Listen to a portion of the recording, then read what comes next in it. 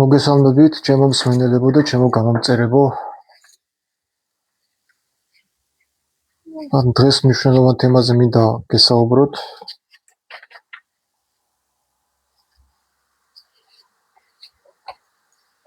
ეს ეხება წმენის საკითხებს. უშუალოდ რა კონფლიქტები იბადება და რა წარმოშობს მხარეთა შორის კონფლიქტებს. რატო არის ყველაზე მეტი კონფლიქტური ქრისტიანობა ვიდრე სხვა რელიგიათა მიმდინარეობები?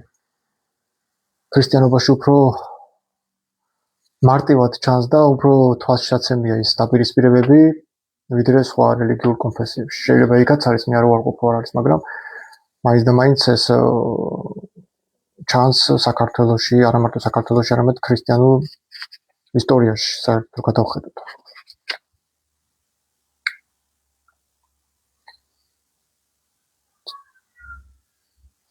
ხო, ხა რაც შეეხება ის ქმედებას, რა იძახიან, რომ ქრისტია ყველაფერი, ქრისტია გადამჩენელი და ქრისტემ საკმარისი გააკეთა იმისათვის, რომ ესე იგი ჩვენ მარტო უნდა ვიწამოთ და ეს რწმენა ჩაითვალება, გამართლება ყველა ქრისტიანს. ხო, რწმენა არის საკმარისი იმისათვის, რომ აი მე წამს იესო თქვა და მე სულ გადარჩენილი ვარ. ესეთი ფრაზებიც ხშირად ისმის ხოლმე ქრისტიანულ როგორ გითხრათ დაყოფებში. არის ბევრი ადამიანი, მეც ერთ-ერთი მათგანი, რომელიც ვიყავი წევრი მართლმადიდებლური ეკლესიის და შემდგომ რაღაცა საკითხების გამო, რომელიც დავსვი საჯაროდ, ამიგზავნეს მსახურება. ეს ვინც იცის ჩემზე ინფორმაცია, ეხა ის ადვილად მიხვდება ჩემს ვინაობას, მე ვინა ვარ და რა მალაპარაკებს ამ ყველაფერს, იმიტომ არ ვლაპარაკობ, რომ ვიღაცის ბოღმა მაწუხებს, ან ის რომ თქვა თქვა მინდოდა და უბრალოდ არ მაკურთხეს, ეგ არ არის არც ჩემს ნებასრულიძე, არც იმათ ნებასრულიძე, ყველაფერი ღვთისნებით ხდება, ხო? შეგებრძოლებიანო და ვერ გძლებენო ღმერთი ამბობს და გააჩნიეს ღმერთიც როგორ სწამთ ქრისტიანებს.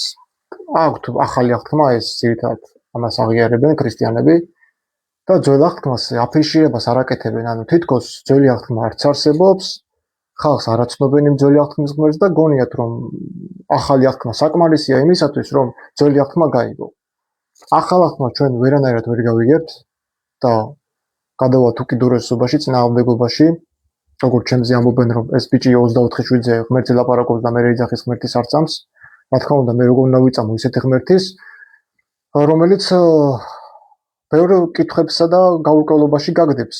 არა მარტო მე, არამედ ნებისმიერ მსმენელს, თვითონ იმ ადამიანებს, ვინც აპროტესტებს.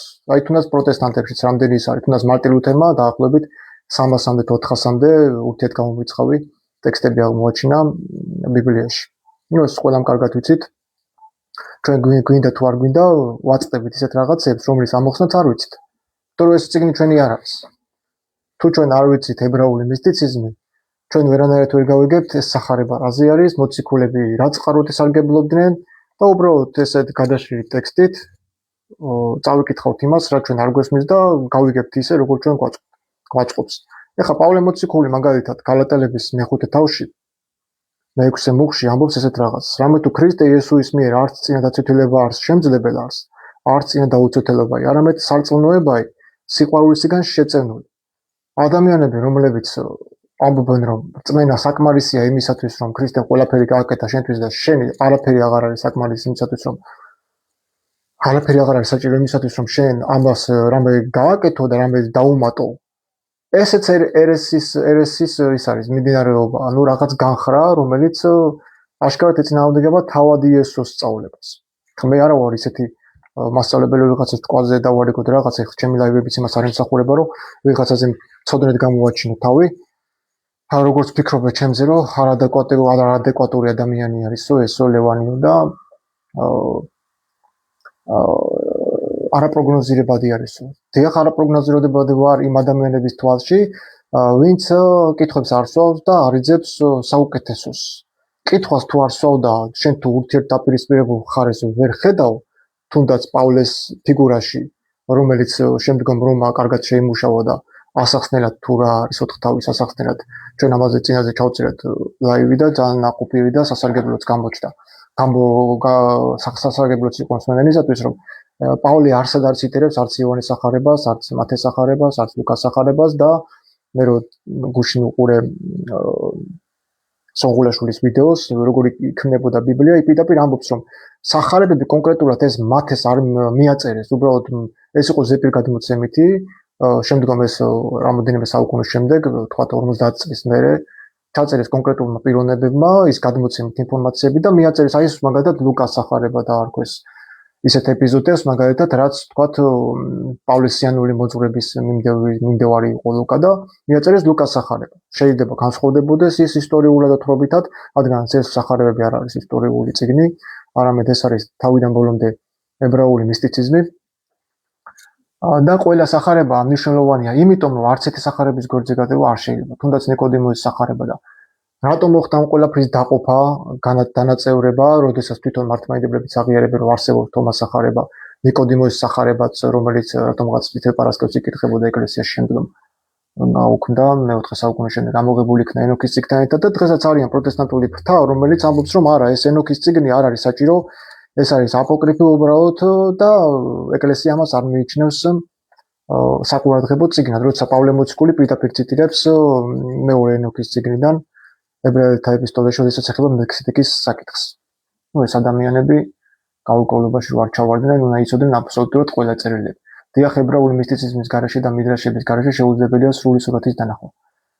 არ არსებობს წინააღმდეგობა, რომელსაც ახსნის თეოლოგია ან ეგზეგეტიკა. პირიქით, ეს წინააღმდეგობის ახსნა იმდენად დამაკნილებელი ხდება, რომ უფრო უარეს წინააღმდეგობაში გადავარდეთ. თუნდაც ეს წმინდა მამების განმარტება, რომელიც თავიდან ბოლომდე მოწყვეტილია თუნდაც ქრისტეს გენეალოგიას აკითხებს, ჩვენ ამაზე ხშირად გვისაუბრია.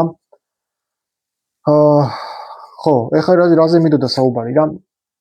რწმენის საკითხი, რწმენა არ არის უბრალოდ დაჯერება უხილავის, როგორც ეს პავლეს მე-11 თავიდან მოყავთ ებრაელთა წერილიდან, არამედ აქ არის კიდევ ერთი მნიშვნელოვანი რამ.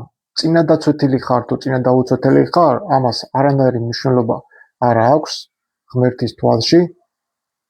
თუ შენ არ გაქვს სარწმუნოება სიყვარულისგან შეწენული. ეხლა ძველ ქართულად ეს თაწმიდელის თარგმანი არის, მაგრამ ახალ ქართულად არის ძალა აქვს სიყვარულით მოქმედ რწმენას.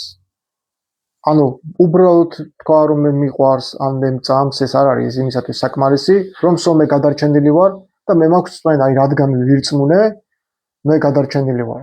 კი, ესეც ამბობს პავლე მოციქული, რომ მართალი რწმენით იცოცხლებს და მოყავს ეს ამბაკუმის 9 ყოლებიდან, ბევრგან არის, სადაც პავლე მოციქული რწმენით გამართლების საკითხს აშუქებს, მაგრამ ეს იმას არ ნიშნავს, რომ გამორიცხავს სიყვარულით მოქმედ რწმენას. აქ არის მოქმედებაზე. სიყვარულით მოქმედება არის ის, რომ ამასთან ახლავს როგორც სულიერი საქმეები, ასევე ფიზიკური საქმეებიც. ანუ ჩვენ თუ არ გადავდგით ნაბიჯი ღმერთთან მისაახლოვებლად, ის ჩვენთვის არ გადმოდგამს ნაბიჯს. ეს ჩანს კიდევაც, ხო, ეხლა დავითს რა სჭირდებოდა ლოცვა, როდესაც პირდაპირ ამბობს, რომ ყველაფერი შენგან მაქვს მოცემული, თვითონ შენ ხარ ლოცვის მლოცველიც. ეს ლოცვა უბრალოდ არის მადლიერების გამოხატულება, იმ სიხარულის აღნიშვნა, რასაც ღმერთი მოქმედებს შენში და შენთვის. ყველაფერი შენთვის არის. თუ შენ მისთვის იცხოვრებ და მიიღებ მის მას, როგორც შენს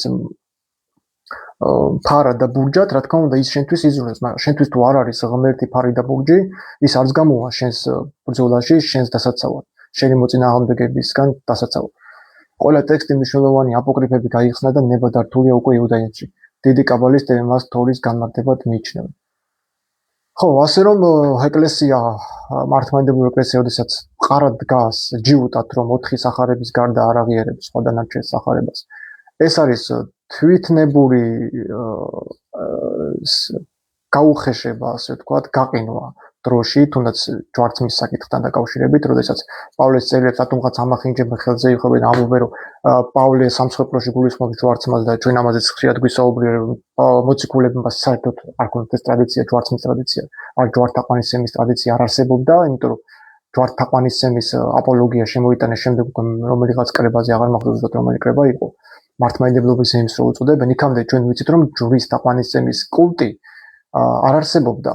იყო თევზის სიმბოლო, ესეც სიმბოლურად იყო თევზი, როგორც ქრისტეს ხორციელად მკვეთრით აღდგომის სიმბოლო, რადგანაც მაცხოვარმა მკვეთრით აღდგომისას როდესაც ის გამოეცხადა დახშულ კარებში თავის თეთრ მოწაფეს, მათ თვალწინ შეჭამა თევზი. და ნამუსრევი მისცა მათ, რომ დაინახებინათ და დაემტკიცებინა მათთვის, რომ ის არ იყო მოჩვენება და ის იყო სხეულით აღმდგარი მაცხოვარი, რომელიც ჩვეულებრივად მიირთმევდა თევზს. ეს არის ლუკას სახარების ბოლო თავებში მოთხრობილი და ეს თევზი გახდა ქრისტიანობის პირველი სიმბოლო.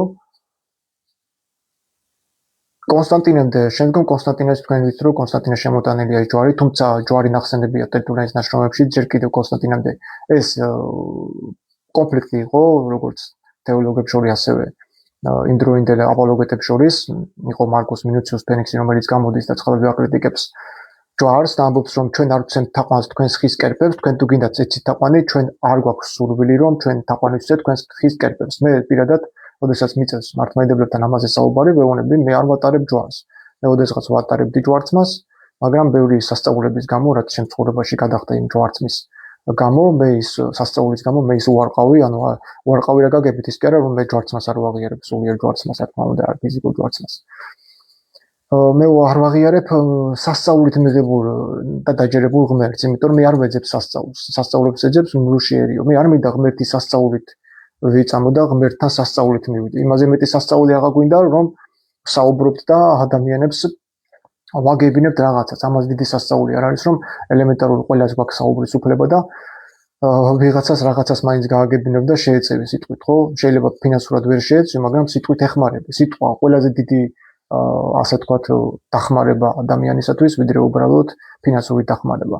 ის არის უბრალოდ მატერია, მაგრამ სიტყვა უკვე არის სიცოცხლე. სიტყვით იქმნება ადამიანებში სიხარული, სიმშვიდე, კონფლიქტი სხვათა შორის, სიძულვილი სიტყვით იბადება, გაურკვევლობა, გაუგებრობები სიტყვით იბადება.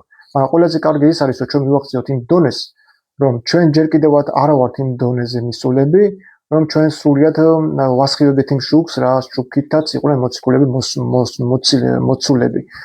რატო ვიძახი ახლა ამას? ანუ დაპირისპირებული მხარე ყოველთვის იქნება და პავლე ამბობს, რომ ეს ეკლესიაში საჭიროა, რათა თქვენ შორის გამოვიდეს უკეთესი, უნდა იყოს დაპირისპირებული მხარეები, ეს რომშიც იყო, ვთქვათ, კონგრესები მართებოდა ამაზე და რომის კოლიზეუმში ამის სენატი რო იკრიბებოდა, იქაც იყო განსხვავებული დაპირისპირებული მხარეები, ერთი აზრი ვერასდროს ვერ იქნება რაღაც საკითხებში, მაგრამ არსებობს დომინანტიანი გამარჯვებული აზრი, რომელიც უფრო მეტად მისაღებია ყველასთვის და საერთო ადამიანებისათვის, საერთო ხმით მგზავრობს, რომ ეს არის სწორი, ანუ რა გაგებით, იმიტომ რომ ეს არის საყოველთაოდ კარგი ყველასათვის, თუნდაც ვიღაცისთვის მიუღებელი იყოს ეხლა თქვა ჩემი ლაივებიც.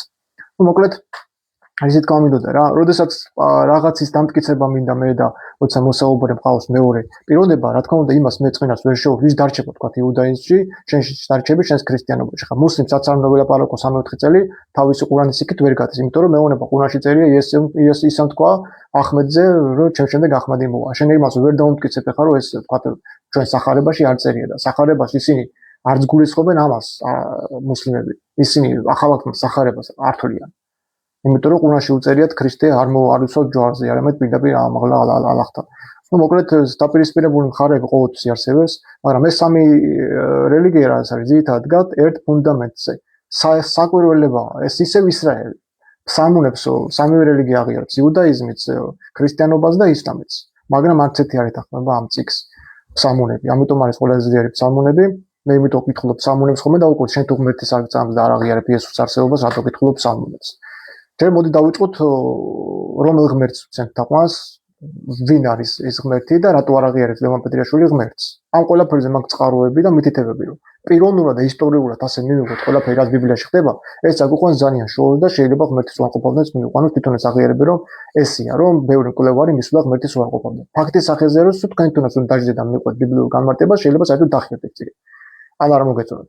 მეორე მხარე ამტკიცებს, რომ იესო ქრისტე ისტორიული პიროვნება არ არის, არ არსებობდა და მე სრულად ვეთანხმები ამაში, იმიტომ რომ არც ერთი სახარებისეული მოვლენა რაც აქ წერია, ისტორიულად არ იშიფრება ის, იმიტომ რომ თავიდან ბოლომდე არის ებრაული მისტიციზმი და იხსნება მხოლოდ ებრაული სიბრძნით, მიდრაშებით. მიდრაში ებრაული სიტყვა და ნიშნავს კვლევაძიებას. და ეს კვლევაძიება რაც ნიშნავს, აუცილებლად მოითხოვს კითხების დასმას. აი თუნდაც ახლა მე რომ მეუბნებენ ებრაულად, რატო კითხულობ სამონებს. მოციქულები რა ენაზე საუბრობდნენ და რა ენაზე კითხულობდნენ სამონებს ეკლესიაში. იმ დროს არც სლავური იყო, არც ლათინური იყო, არც ბერძნული იყო, არც არაფერი არ იყო სინაგოგაში. იყო ერთადერთი ენა და მოციქულები იყვნენ ებრაელები და კითხულობდნენ სამუნებს ებრაულ ენაზე. ეს არის ისტორიული ფაქტი, რომელსაც წყალი არ გაუღია. თუ ჩვენ ვეცდებით რომ დავამახინჯოთ და თქვათ რომ არა ებრაელები მოციქულები ებრაულ ენაზე არ უცნობდნენ სამუნებს, ეს იქნება აშკარად ყური და ვერცერთი ვერ დაამტკიცებთ. იქნება თითოეული ადამიანი, რომელიც გაყვირიან რომ ქრისტე ქართველია, ქრისტე ქართველია, მაგრამ სინამდვილეში იესო ქრისტე ქართველი არ არის. იმიტომ რომ იმ დროს, ქრისტეს დროს არ არსებობდა საქართველოს ეპარქია და საქართველოს საპატრიარქო. სიტყვა საქართველოს არ არსებობდა. არსებობდა კოლხეთის ეპარქია, კი ბატონო, იყო კოლხეთის საპატრიარქო და ბიჭვინთის ეპისკოპოსიც არის მოხსენებული ნიკეის კრებაზე.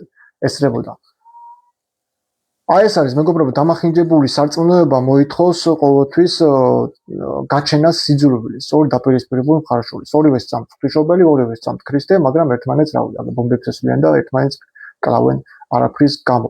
თვითონ ეს წიგნის ბრალი კი არ არის რაც აქედან დაგაჭირეთ, არამედ ადამიანის მიუღებლობის ბრალი. ეუბნები და იმისთვის მიუღებელია. იმიტომ რომ მას ეს სურს თავის ეგოთა დასაკმაყოფილებლად რომ ის ებრაული რაც მოციქულებს ჰქონდათ გააქართულონ ყველაფერი და არც სხვენიათ იმის აღიარების რომ ყველაფერი ებრაულია. კაი დაუშვა და ლევან პეტრიაშვილი არადეკვატურია და არ ესმის და სახარებაში წინააღმდეგობებს ხედავს და დავანება თავი ეს ბიჭი უბერავს ღმერთის არ წავს. და იმასაც არ ამბობენ რა მიგიყვანა იქამდე რომ ღმერთის არ წავს. ან რას უწოდებს შენ ღმერთს. რო გადავხედა ეხა ისტორიას ჩვენ ქრისტეს მოსვლამდე ქრისტიანები არ ყოფილვართ არასოდეს. და ეს ქრისტიანობა ძალით მიგვაღებინეს ბაგრატიონები. თორე თაში დღესაც წავთ მიზეზეც როგორც ღმერთის ძის თაყვანისმცემლები არიან და ძალიან ბევრი ახლა თბილისში არ არის ყველა მართლმადიდებელი, არის ბევრი სარწმუნოები, ზოგი ცეცხლ თაყვანისმცემელი და ზოგი აქ ვაკეთიშიც არის ტაძარი მაგათი ცეცხლ თაყვანისმცემლების. ხო, ანუ მრავალფეროვანი რელიგია ყოველთვის იარსებებდა და ყოველთვის იქნება.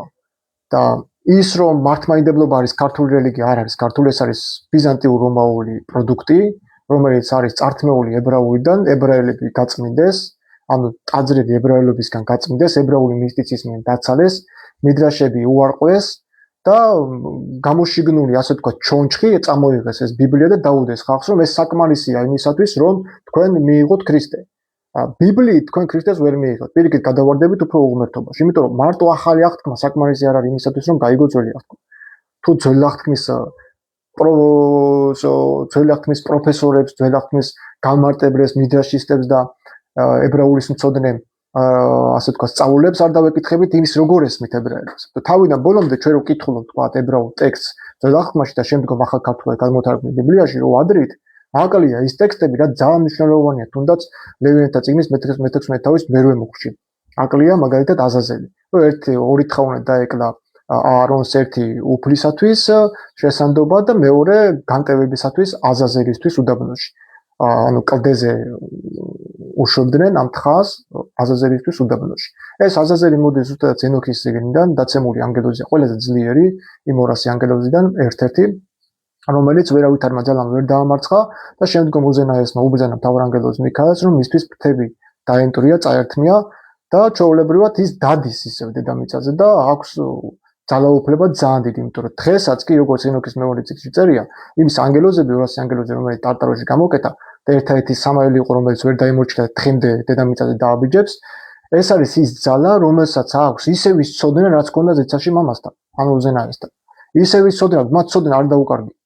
ანუ იმ ცოდნას და იმ ყველაფერს იყენებენ დღესაც და ახორციელებენ ადამიანებს ამ ყველაფერს, ამიტომ იმ დაცემული ანგელოზების და გოლიათების და გიგანტების წარმოშობამ კიდე წარმოქმნა რაღაცა სულები, გაურკვეველი სულები, რომლებიც გადაიქცნენ აჩრდილება და ეს ესეის წიგნში მოხსენებული არის. ისინი თავისუფლად შეიდნენ ადამიანებში და ნებისმიერ ადამიანებში შეუძლიათ დაიბოდონ და იცხოვრონ. მე ჩემი თვალით მაგ ნახე ეგ, როდესაც ჩემი ნათლი მამას სურათი ატარებდა კვეთებულის ლოცვებს, ნახე როგორ გამოვიდა შავი ბოლი აჩრდილი ქალიდან და დაეხვია ტაძრის პირველ სართულზე იყო ხოლმე მამა სურათი, ქართლის ეკლესიაში დაბლალოცულობდა ხოლმე მამა ღმერთის ხატი რო არის. დაეხვია ამ შუაში რა ქვია იმას ნატურას შეარყია ესე და გავარდა სწრაფად გავარდა ქვევიდან. ქვედა სართულიდან ამოვიდა ის დაბალის რო არის ხოლმე კიბეებიდან. ეს მაგ ჩემი თვალით ნანახი.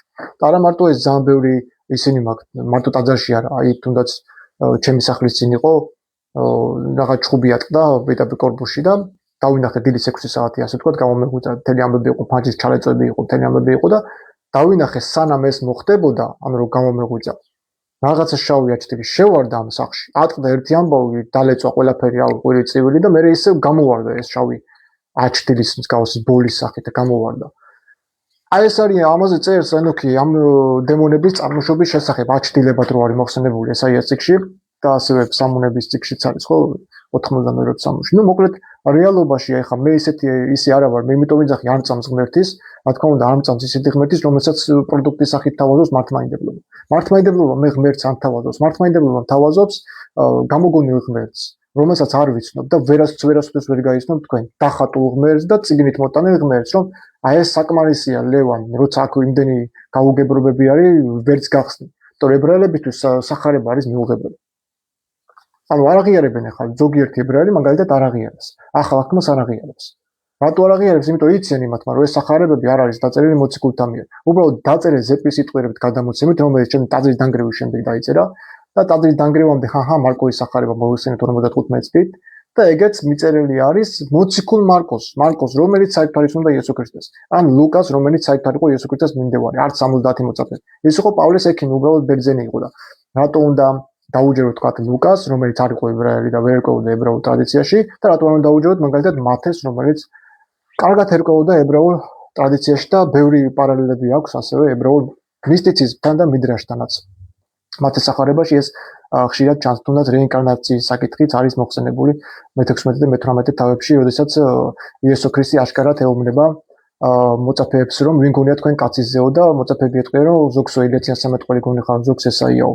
აქ არ არის გამოხურებული ყურადღება, რომ გინდა თუ არა ელია არის ივანათისმცემელი ან ესეთი და თვითონ იყო ელია ქრისტე. არა, აქ არის გამოხურებული ყურადღება იმაზე, რატომ უნდა გონებოდათ ეს კაცის ძე, რომელიც ხორცში მოსული იყო მარიამის და მაინც ესაია ან რომელიღაცა ძველი წინასამეტყველება.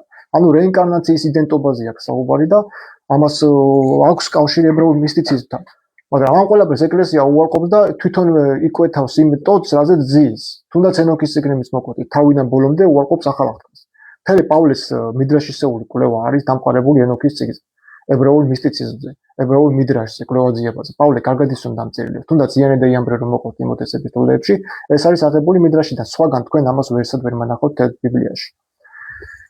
ნუ მოკლედ ეს თქვი ჩვენ რომ წმენა საკმარისი არის იმისათვის რომ ჩვენ თქვათ წამს იესო ქრისტე და გადავრჩებით, იმიტომ რომ თვითონ ეშმაკებსაც წამ და ამობენ რომ წამსო, მაგრამ ისინი საქმით არ დასტურებენ, აგერ აზაზელი გითხარით თქვენ და დღესაც აქვს ცნობიერება, რაც მამასთან ქონდა უზენაესთან ზეცაში, მაგრამ გადმოვადის შემდეგ რომ დაიწყება თავი, ვის აღარ ემსახურება ამ ცოდნით, ღმერთის ცოდნით ღმერთს. შეიძლება ჩვენ კარგად ვიცოდეთ სახარება, კარგად ვიცოდეთ ბიბლია და ბიბლიური სწავლებები, მაგრამ ჩვენ ამავდროულად ჩვენი ქმედებები და ჩვენი სურვილებით ვეწინააღმდეგებოდეთ შემოქმედის გადაწყვეტილებას. შემოქმედს სხვა რაღაც სურს, მაგრამ შენ ამ ცოდნით, რაცა გაქვს, ბოროტად იყენებდე ღმერთის საწინააღმდეგოდ. მაგრამ შენ ამ ტექსტებს ვერაფერს ვერ დააკლებ, ეს ტექსტები მოდი საუკუნეებია. აიკრძალა კიდევაც, ბევრი დაწვეს კიდევაც, ბევრი ეწინააღმდეგებოდა, მაგრამ ისე მოდის თქვენთან ამ სახით და დღესაც ცოცხლობს იუდაიზმი იესოს სახით, იეშუას სახით. ერთი იესო ქრისტე არ არის ქართველი და არც ქართული სათნოება არ არის. ქართველები არც ერქვათ, ჩვენ ვიყავით ეგრისი და კოლხეთი, ხო, ეგრისი და იბერია. და იყო ქართველთა ღმერთს ერქვაო გიორგი სალოცავებია, ჯერ კიდევ ქრისტემდე არის წმინდა გიორგი სალოცავი. ქართველთა ღმერთს გიორგი ერქვა და არანაირი ურთიერთობა და არანაირი საფუძველი არ არსებობს იმისა, რომ ჩვენი თქვა წინაპრები იყვნენ ქრისტიანები. კი, ძვლიერი ვართ, მაგრამ ჩვენი არტეფაქტები და ისტორიული გამოკვლევა და ჩვენი ისტორია, ძველი ისტორია არანაირად არ ეთანხმება იმას, რომ ჩვენ ვიყავით ქრისტიანები და ჩვენ ვიყავით ქრისტეს მიმღებლები. თუნდაც ვახტანგ გონგასის ისტორია ავიღოთ, თუნდაც მირიამ მეფის ისტორია ავიღოთ, ეს ყველაფერი არის ძალით შემოტენილი თავსმოხვეული ბიზანტიური პროდუქტი. ეს მართლმადიდებლობა შინაგანად ქართული მართლმადიდებელი ვერ იქნება, იმიტომ რომ როდესაც ეპისკოპოსს აკურთხებინა პატრიარქს აქსიოსი მიმართავენ, ეს აქსიოსი არ არის ქართული სიტყვა. აქსიოს ბერძნები ამბობდნენ, როდესაც იზრდებოდნენ იმპერატორს. იმას ეუბნებოდნენ, ღირსიას ნიშნავს. და ამას ხალხი აკეთებდა და არა ვიღაცა პიროვნებები, რომლებიც საერთოდ აზრზე არ ედნენ არაფრის, დაჯდნენ და გადაწყვიტეს, რომ აი ეს უნდა იყოს პატრიარქი, ან ეს უნდა იყოს ეპისკოპოსი. ამას სინოდი და სინედრიონი და ესეთი არ წყვიტავდა, ამას წყვიტავდა ხალხი. თვითონ არ ირჩევდნენ ისინი. აი და მოახდინონ მოციქულებმა კენჭისყრით ყარეს, მოციქულებმა კენჭისყრით რო ყარეს, ესე იგი ღმერთის გადაწყვეტილება უარყო, ეს ანუ ღმერთმა აირჩია იქაც, ხო, კენჭისყრა, ესე იგი რა, კენჭისყრით, მოდი დავიჯოთ ახლა და კენჭი ვიყავით. და ვისაც შეხვდება წილი, ის იქნება ჩვენ შორის ისა, თუ წინასწარ არის გადაწყვეტილი? ვის აირჩევდნენ 12 მოციქულს და იუდას მაგივრად, ხო, ერთ-ერთ მოციქულ მათათ არ აირჩიეს. ну სადაო საკითხები რაც იყო ეს საქმე მოციქულთაში გაუშვეს ეხა სონგულაშვილის თქმის არ იყოს საქმე მოციქულთა ერთი წიგნი არ ყოფილა მოციქულთა საქმეები არის ძალიან ბევრი ანდრიას საქმეებია ფილიპეს საქმეებია პეტრეს საქმეებია პავლეს საქმეებია ეს ორი პეტრეს საქმეები და პავლეს საქმეები წაკითხული მაქვს მე და ძალიან საინტერესო რამეებია როდესაც პავლე მოციქული ხელს ასხავს ასე თქვა თეკლას რომელიც იყო ქმრიანი ქალი რომელიც ქმას გაშორდა ქრისტეს გამო და ის გახდება ჩვეულებრივ მოციქული ნათლავს ხალხს წლით ქრისტეს სახელით იესოს სახელით და ასევე ის ქადაგებს კიდევაც სახარებას თეკლა მოციქული ასევე ჩვენ ხვდებით ფილიპეს შვილებთანაც ხო იქ ახალ აღთქმაში საქმე მოციქულთაში რომ 4 წინასწარმეტყველი ყავდა ფილიპეს ასულებს წინასწარმეტყველი კიდე აუცილებლად ეკლესიაში ქადაგებდნენ და ქალებიც იღებდნენ მსახურებაში მონაწილეობას ეს აშკარად ჩანს პირველი ეკლესია იყო გაერთიანებული და იქ არავისი არაფერი არ იყო ჩემი და შენი ყველანი იყოს ყველაფერი საერთო იყო არ არსებობს ჩემი და შენი ან სიყვარულის პრინციპს ეწინააღმდეგება ჩემი და შენი იმიტომ რომ ორივე ერთად ვიმსახურებით ერთ საქმეს არ შეიძლება ის იყოს მარტო შენი და ან მარტო ჩემი და რომ ამბობ ჩემი და შენი უკვე ეს არის მითვისება ანუ არ შენი არ არის არ ჩემი არ არის თავინა ბოლომდე ეკუთვნის ისრაელს გინდა თუ არ გინდა ესე არის ჩვენ ვერანაირად ნებისმიერ ტექსტი ვავიღოთ ხო აი პავლეს წერილებიდან აუცილებლად მივყავართ ისე ძველახმაში ან ესაიასთან ან იერემიასთან ან მოსესთან წინაღობები რაც ჩდება ისინი ყველაფერი ამოწეროთ და ამ წინაღობებს ხოლმე ხდის ებრაული მისტიციზმის სხვანაირი ახსნა ამას ეგზეგეტიკური ახსნა არ არსებობს და ამ წინაღობებს რომ წააწყდებიან ეგრეთ წოდებული პროტესტანტი და მართლმადიდებელი მკვლევარები ხო ბრძენები რაღაც თავისუფლში ეკლესიის ბურჯება თუ არის მოხსენებულები მე რა უკვე ბლოკავენ ადამიანებს ბევრი ადამიანი რომელიც სვავს ეკლესიაში კითხავს და იმას ბლოკავენ მსახურებაზე მოსვლას უშლიან ერთ-ერთი მათგანი მე ვარ სადაღარ ვიყავი რა კითხვას არ დავსვი პასუხები ვერ მივიღე ერთადერთი ებრაელების მხრიდან სადაც დეტალურად ამიხსნეს რა წინააღმდეგობებზე რა პასუხები არის თქვათ მიდრაშიდან იმიტომ რომ სხვანაირად შენ ამ წინააღმდეგობაზე ვერ ახსნი რაღაცა თითქმის გამოწვეული წმინდა მამებიდან რომელიც თავინა ბოლომდე ერთმანეთში წინააღმდეგობაში არის რომ დააყენო იოანე ოქროპირი და ეპიფანე ოქროპირი ორივე წინააღმდეგება ერთმანეთს მაგათი დებატი უნდა შემდგარიყო მაგრამ ოქროპირი მოკლეს აი რო იძახიან ჩვენ ოქროპირი ყავს და ყველა იმას ხელზე იყოს ოქროპირის გარდა იმდენ უამრავი წმინდა მამა არსებობდა იმათი ნაშრომები რო წაიკითხოთ თვალები კეფაზე აგივათ ანტინიკეელი მე-4 საუკუნემდელი მამები რას წერდნენ იესო ქრისტეს ღმერთობაზე რომ ნახოთ უბრალოდ გავუცდებით იქ არ არის მოხსენებული რომ იესო ქრისტე ერთადერთი ღმერთი არის და ის არის და მის გარდა სხვა ღმერთი არ არის არა ესეთი სწავლება ეკლესიას არ ქონდა და არ ვიცი მე საიდან გაჩნდა და რატო დამალეს უზენაესი ხო ის მამის სამეფო იესო რო ამბობს თუ არ წავედი მამასთან ვერ გაგიმზადებთ ხო ესე იგი რა ღმერთი არ იყო თვითონ არ იყო რა შუაში მამასთან წასვლა რომ იქ სადღაც სავანები გაემზადებინა ჩვენთვის აი ეს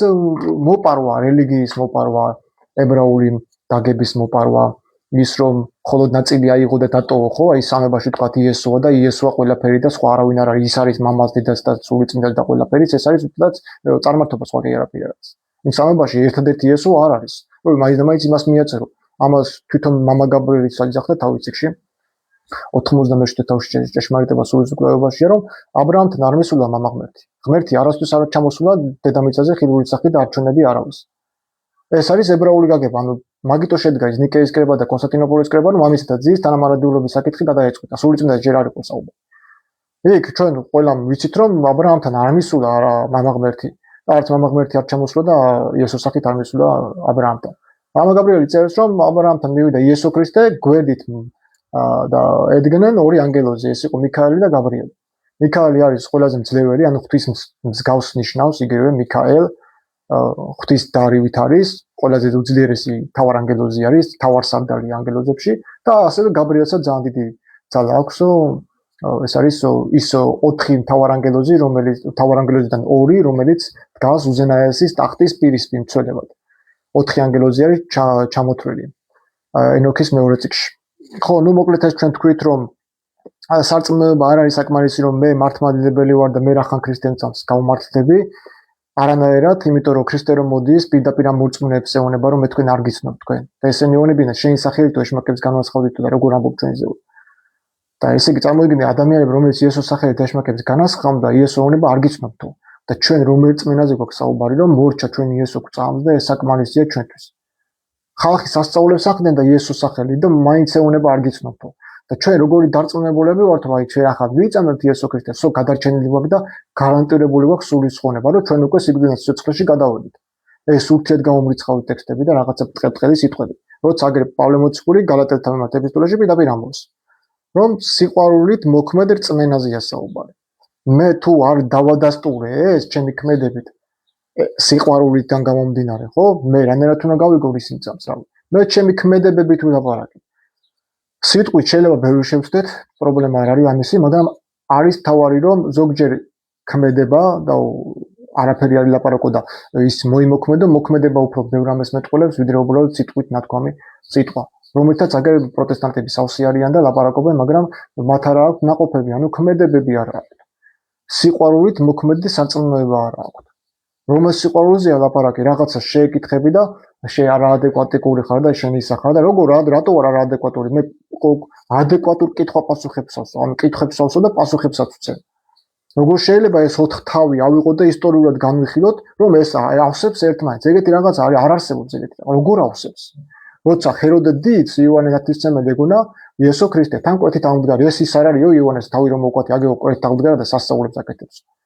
როგორ უნდა გონებოდა ჰეროდე მეფეს იესო ქრისტე კვეთით ამბდარი იოანე ნათლისმცემელი, როდესაც იოანე ნათლისმცემელმა თქვა მე არა ვარ ქრისტეო. დაუდასტურე ჰეროდეს ლევიანებს, რომ არა ვარ მე ქრისტეო, არც ელი არა ვარ. რატო ეწინააღმდეგებიან ესენი ერთმანეთს? არ არის წინააღმდეგობა, მაგრამ ესენი არიან ის ფრთა, რომლის უკანაც დგას რაღაც დაფინანსება და იღებს ამაში ფულს, რომ ილაპარაკოს უბრალოდ. და ეს ყველაფერი გადადის ფუჭყმედობაში, რადგან პავლე მოციქული ხშირად საუბრობს. ეს ადამიანები ფუჭად ლაყბობენ. და ამათვის უკვე განწირული არის, რომ დრო არის მიღებული. ამათ უკვე თავიანთი საზღაური აიღეს ამ ფუჭლაყბობაში. იმისათვის რომ ხალხი გამოაშტერეს აი ამ სახარებებით და ამბობენ რომ ხო ეს არის საკმარისი და იმის იქით ჩვენ აღარ უნდა გავიდეთ. და მოქმედი რწმენა სიყვარულით მოქმედი სარწმუნოება. ეს უკვე აღარ აინტერესებს რა ის მოქმედი რწმენა, რის მოქმედი რწმენა, რა მოქმედება. აბა მე მარტო გეტყვით ახლა მეც რომ წამს.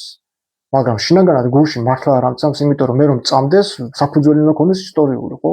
რაღაცა ისეთი უნდა მოხდეს რეალური ისტორიულად, რომ მე იმის დავიჯერო. მე თუ არანაირი საფუძველი ისტორიული არ მაქვს, რომ იესო მართლა არსებობდა რეალურად, ხო? ერთი არც არსებობს მაგეთ კეთებულება, რომ იესო არსებობდა ორი მოწმის გარშე. ისიც არაქრისტიანები არიან და ძალით მიაწერეს, რომ იესო არსებობდა. კაი, დაუშვა და არსებობდა. მე ვფიქრობ, რომ არ არსებობდა, მაგრამ თუნდაც არსებობდა, ხო? ის, რასაც იესო ამბობს, არავინ არ ასრულებს. არც პროტესტანტი, არც მართლმადიდებელი, არც კათოლიკე, არავინ არ ასრულებს. და თავს იმით იმართება, რომ ის ქრისტე იყო და აბა ჩვენ როგორ შევედრები და ჩვენ ფრთიანი ანგელოზები არა ვართ ლევან. რა შეგვიდება მაშინ ეს სარწმუნოება ამეხსენეთ? მე რო თქვენ რაღაც დაგავალოთ და თქვენის ბანზი აგდო და არაფერი წავუყრო და არ შეასრულოთ, მე ხო გული მეთქინებ. ამიტომაც თუ თქვენ ღმერთს თაყვანსენ და თქვენი ღმერთი იესო არის, რატო არ გჯერათ იესოს ნათქვამი, რასაც ამბობს, რომ არიან აქ ზოგიერთი აქ მომთხევანიო, რომლებიც არ იხილავენ სიკვდილის გემოს, ვიდრე ზეკაცს არ მოვაო. მეორეთო.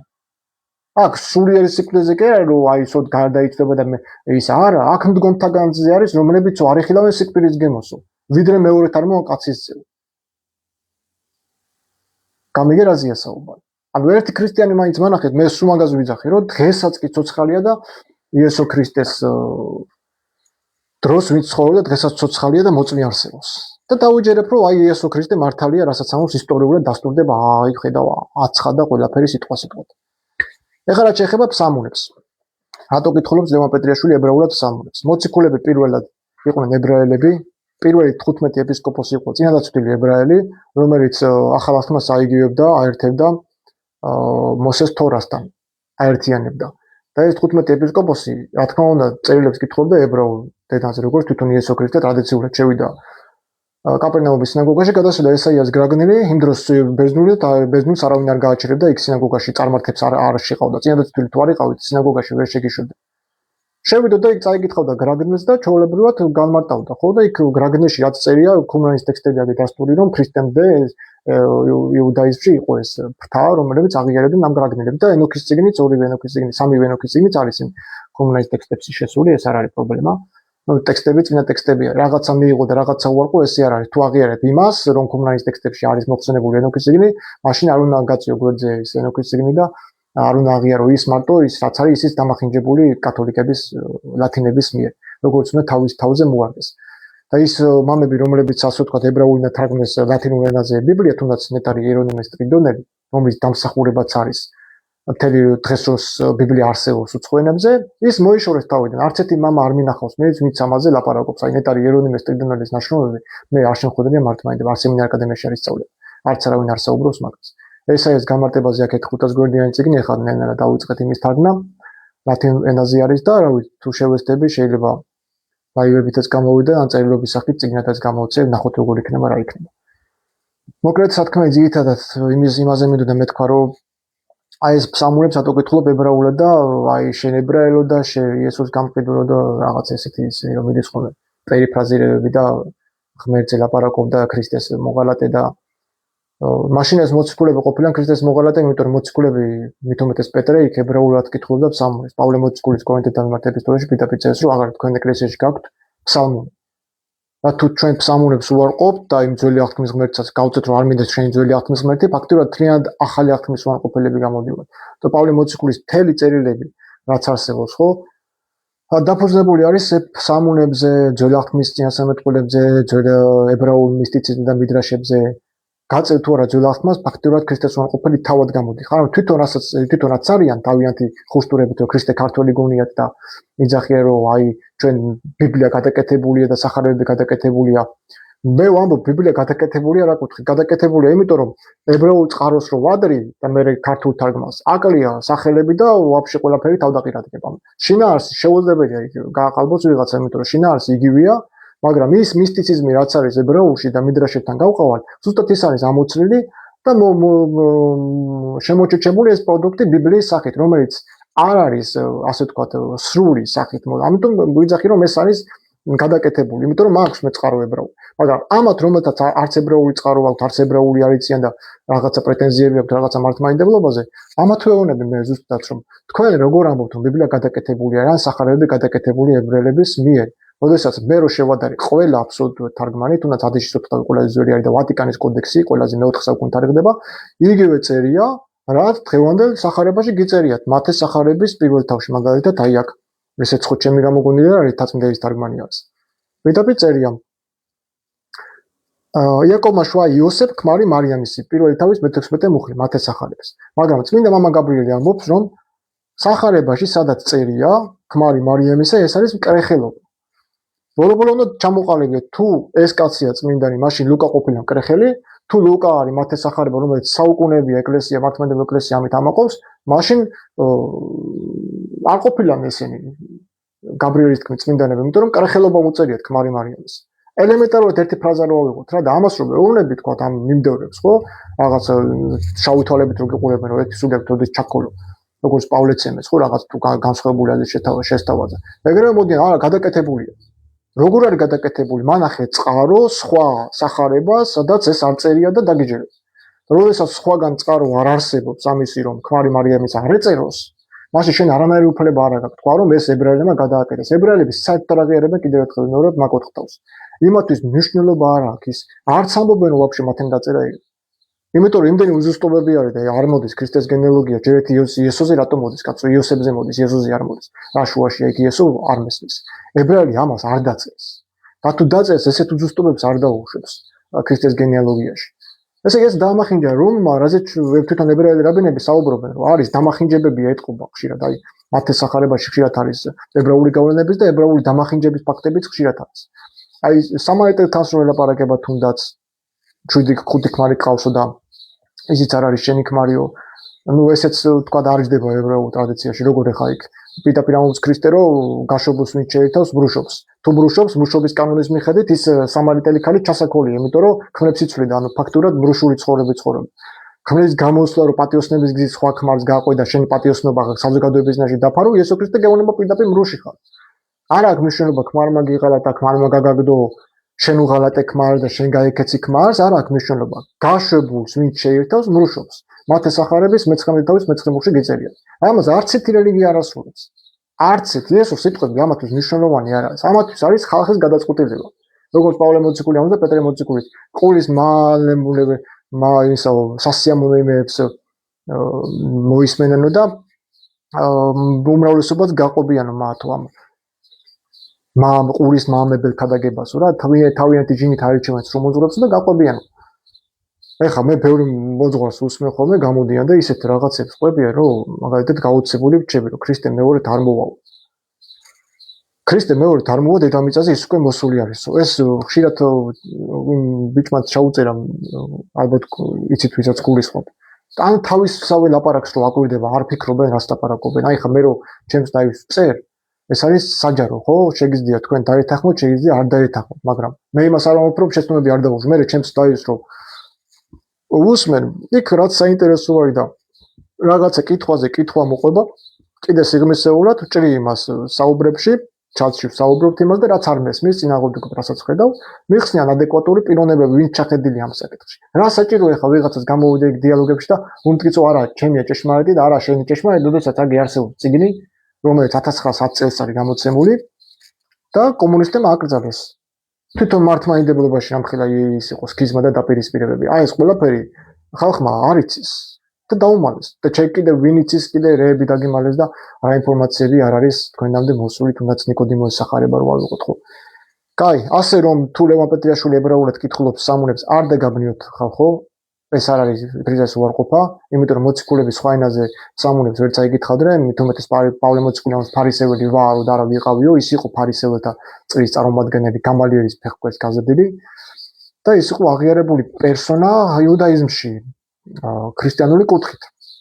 დღესაც არის ესეთი ხალხი, რომელიც პავლეს ძალიან დიდ პატივს სცემს თვითონ იუდაიზმშიც და არის მისი წერილები მათთვის ებრაული მიდრაშის ბრწყინვალე შედევრი მათთვის.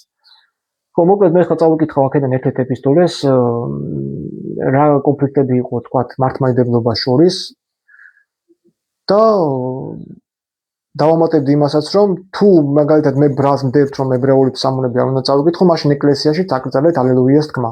То ალელუია სუფთა ებრაულის სიტყვა, რაც ნიშნავს განადიდეთ იახი.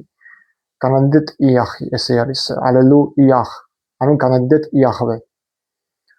ებრაელები ამ სახელს არ ამბობენ, იმიტომ რომ იმ იახვეში შედის ათისეფიროთიდან მთელი კლიპოტური სამყაროც, მალხუთის სამყარო და მთელი ამბებია მან და ამას ყველაფერს კარგად ხსნიან თვითონ ებრაელი თეორეტიკოსებიც და მიდრაშისტებიც. ასე რომ ისინი ან იახს იძახიან, ან ელოჰიმს იძახიან, ან ჰაშემს იძახიან, სახელს ნიშნავს, ან და ადონაის. ეს ადონაი რო არის თქვათ ძველათმაში მოხსენებული და ქართულ ბიბლიაშიც, ქართულ ხელნაწერებშიც, შეგიძლიათ საპატრიარქო საიტზე შეხვიდეთ, ეზეკიას მე-11 თავი გადაშალოთ და იქ ნახოთ, რომ ადონაი უფალი. და ადონაი თუ უფალს ნიშნავს, დაჭერდნენ უფალი და არ ადონაი უფალი. რომელი უფალი, ესე იგი ადონაი უფალი. ესე იგი სახელია რა, ის ყველავარია ჩამას ჩვენ ვერ გავექცევით. იახვე მოხსენებული არის როგორც მართლმადიდებლურ საიტებზე, ასევე უცხოურ საიტებზე, კათოლიკურ საიტებზე, პროტესტანტულ საიტებზე და საერთოდ ყველგან არის ებრაული მისტიციზმის გავლენა. არაფერი აქ ისტორიული რეალობა არ არსებობს. ასე რომ დაფიქრით მეგობრებო, რისი გწამთ, მე კიდევ ერთხელ ვიძახი, რომ მე არ მწამს წიგნიდან მოსული ღმერთის, ჩემთვის ღმერთი არის ისეთი ფენომენი და ისეთი არსი, რომელიც არ შეიძლება იყოს მოზღუდული ჩარჩოებით რაღაცა ტაძარში და წიგნში. ჩემთვის ღმერთი უფრო მრავალფეროვანი და ასე ვთქვათ, ღრმა და ფართოა, რომ ყველასათვის უნდა იყოს გასაგები მისი ქმედება, მისი არსებობა, მის როგორც ენოქის წიგნში წერია, რომ მე ადამიანი შევქმენიო, მაგრამ მისთვის კვლავ უხილავად დავრჩიო. კვლავ უხილავად დავრჩიო, ჩვენ ვერ ვხედავთ, თუმცა ის ვხედავს, როგორც მაგალითად ეზრას ეუბნება, ეზრას წიგნები ჩვენ არ გვაქვს ხო, ცნობილი და რაც აგვაქვს იმასაც უარყოფენ, იძახენ აპოკრიფიო. ეზრას წიგნში პირდაპირ ეუბნება, მე ყოველთვის შენს გვერდით ვიყავიო, ღმერთი ეუბნება. აი როგორ ღმერთი არის ახლა ეს ისეთი არა, როგორც სამუნებში და ძველთქმაში გიწერიათ. აი ეს აპოკრიფულ წიგნებში სულ სხვა ღმერთია. მე ყოველთვის შენს გვერდით ვიყავი, მაგრამ არასდროს არ ყოფილა უსამართლოებთან. ხედავთ? ეს უხილავად არსებობს და გონიერი არის, შემოქმედი არის, ხო? როგორ შეიძლება იყოს წამი, დრო, მონაკვეთი ან ადგილი ის, სადაც არ არსებობს. და მართლმადიდებლები მედავებია მაგაშიო, შენო, მაგრამ ერთთაყვანისმცემლობაში გადადიხარო, ყველაფერს თაყვანისმცემლად დაუწყებ. რა თქმა უნდა, არა, იმიტომ რომ ქრისტეზე ამობენ, ხო, თვითონ ამობენ. ქრისტეზე რომ შენ ყოველგან ხარ და ყოველსავე აღავსებ. თუ ყოველგან არის და ყველაფერს აღავსებს, არ არსებობს წამი, დრო, მონაკვეთი და ადგილი, სადაც ის არ არსებობდეს. და რატო უარყოფენ თომას სახარებას, ჩემამდე არ მოდი, სადაც იესო ამბობს, მე ვარ სინათლე, რომლისგანაც ყველაფერი გამოვიდა, აიღე ქვა იქ მიპოვე, გააპე ხე შორის მანდ მიპოვე. ეგ იმას კი ანიშნავს, რომ ქვას დაუწყო და ხეს დაუწყო თაყვანისმცემლად, როდესაც ებრაელებმა თაყვანისმცემლად დაუწყეს მოსეს სპინეთის ქვეშ, ხო და ნეხურთანს უწოდებდნენ, იოშემ დაულეწა. ასევე ამბობ, თქვენთვის თუ ჯვარცმა ეს ფიზიკური ფორმა არის იარაღი, და ამას უნდა თაყვანისცეთ, ხო? პირდაპირ არის ებრაული ტრადიციის წინააღმდეგ წასვლა და თვითონ წინა წერილების შეურაცხყოფა თქვენთვის აი ეს თუ ამეთვით სამწყობრო და თაყვანისცეთ, ამ თაყვანისცემას კრძალავს ზუსტად და ეს არის კეფთაყვანისმცემლობა ბიბლიური ტრადიციის, ებრაული ტრადიციის მიხედვით. პავლე მოციქული იყო ამის მიმდევარი და პავლე მოციქული პირდაპირ კრძალავდა ესეთ რაღაცებს, რომ ჯვარცმის ფორმის გამოსახულებას და მისდამი თაყვანისცემას ან ლოცვას. ამას თვითონ პავლე მოციქული კრძალავს. ბევრ ეპისტოლეში იძახის. ივანე მოციქულიც რომ კეფთაყვანისმცემლობაში გადახვათო და მოერიდეთ კეფთაყვანისმცემლობას, თიგის მეცეს რელიგიური რაღაცები, ხო? ყველაფერი აღებულია წარმართობიდან. რა თქმა უნდა, ჯვარცმა არ არის იარაღი ეშმაკთან საბრძოლველად, იმიტომ რომ მოციქულები ჯვარცმას არ იყენებდნენ რაღაცა ვიღაცისთვის დაინახებინათ და გაიდევნებინათ.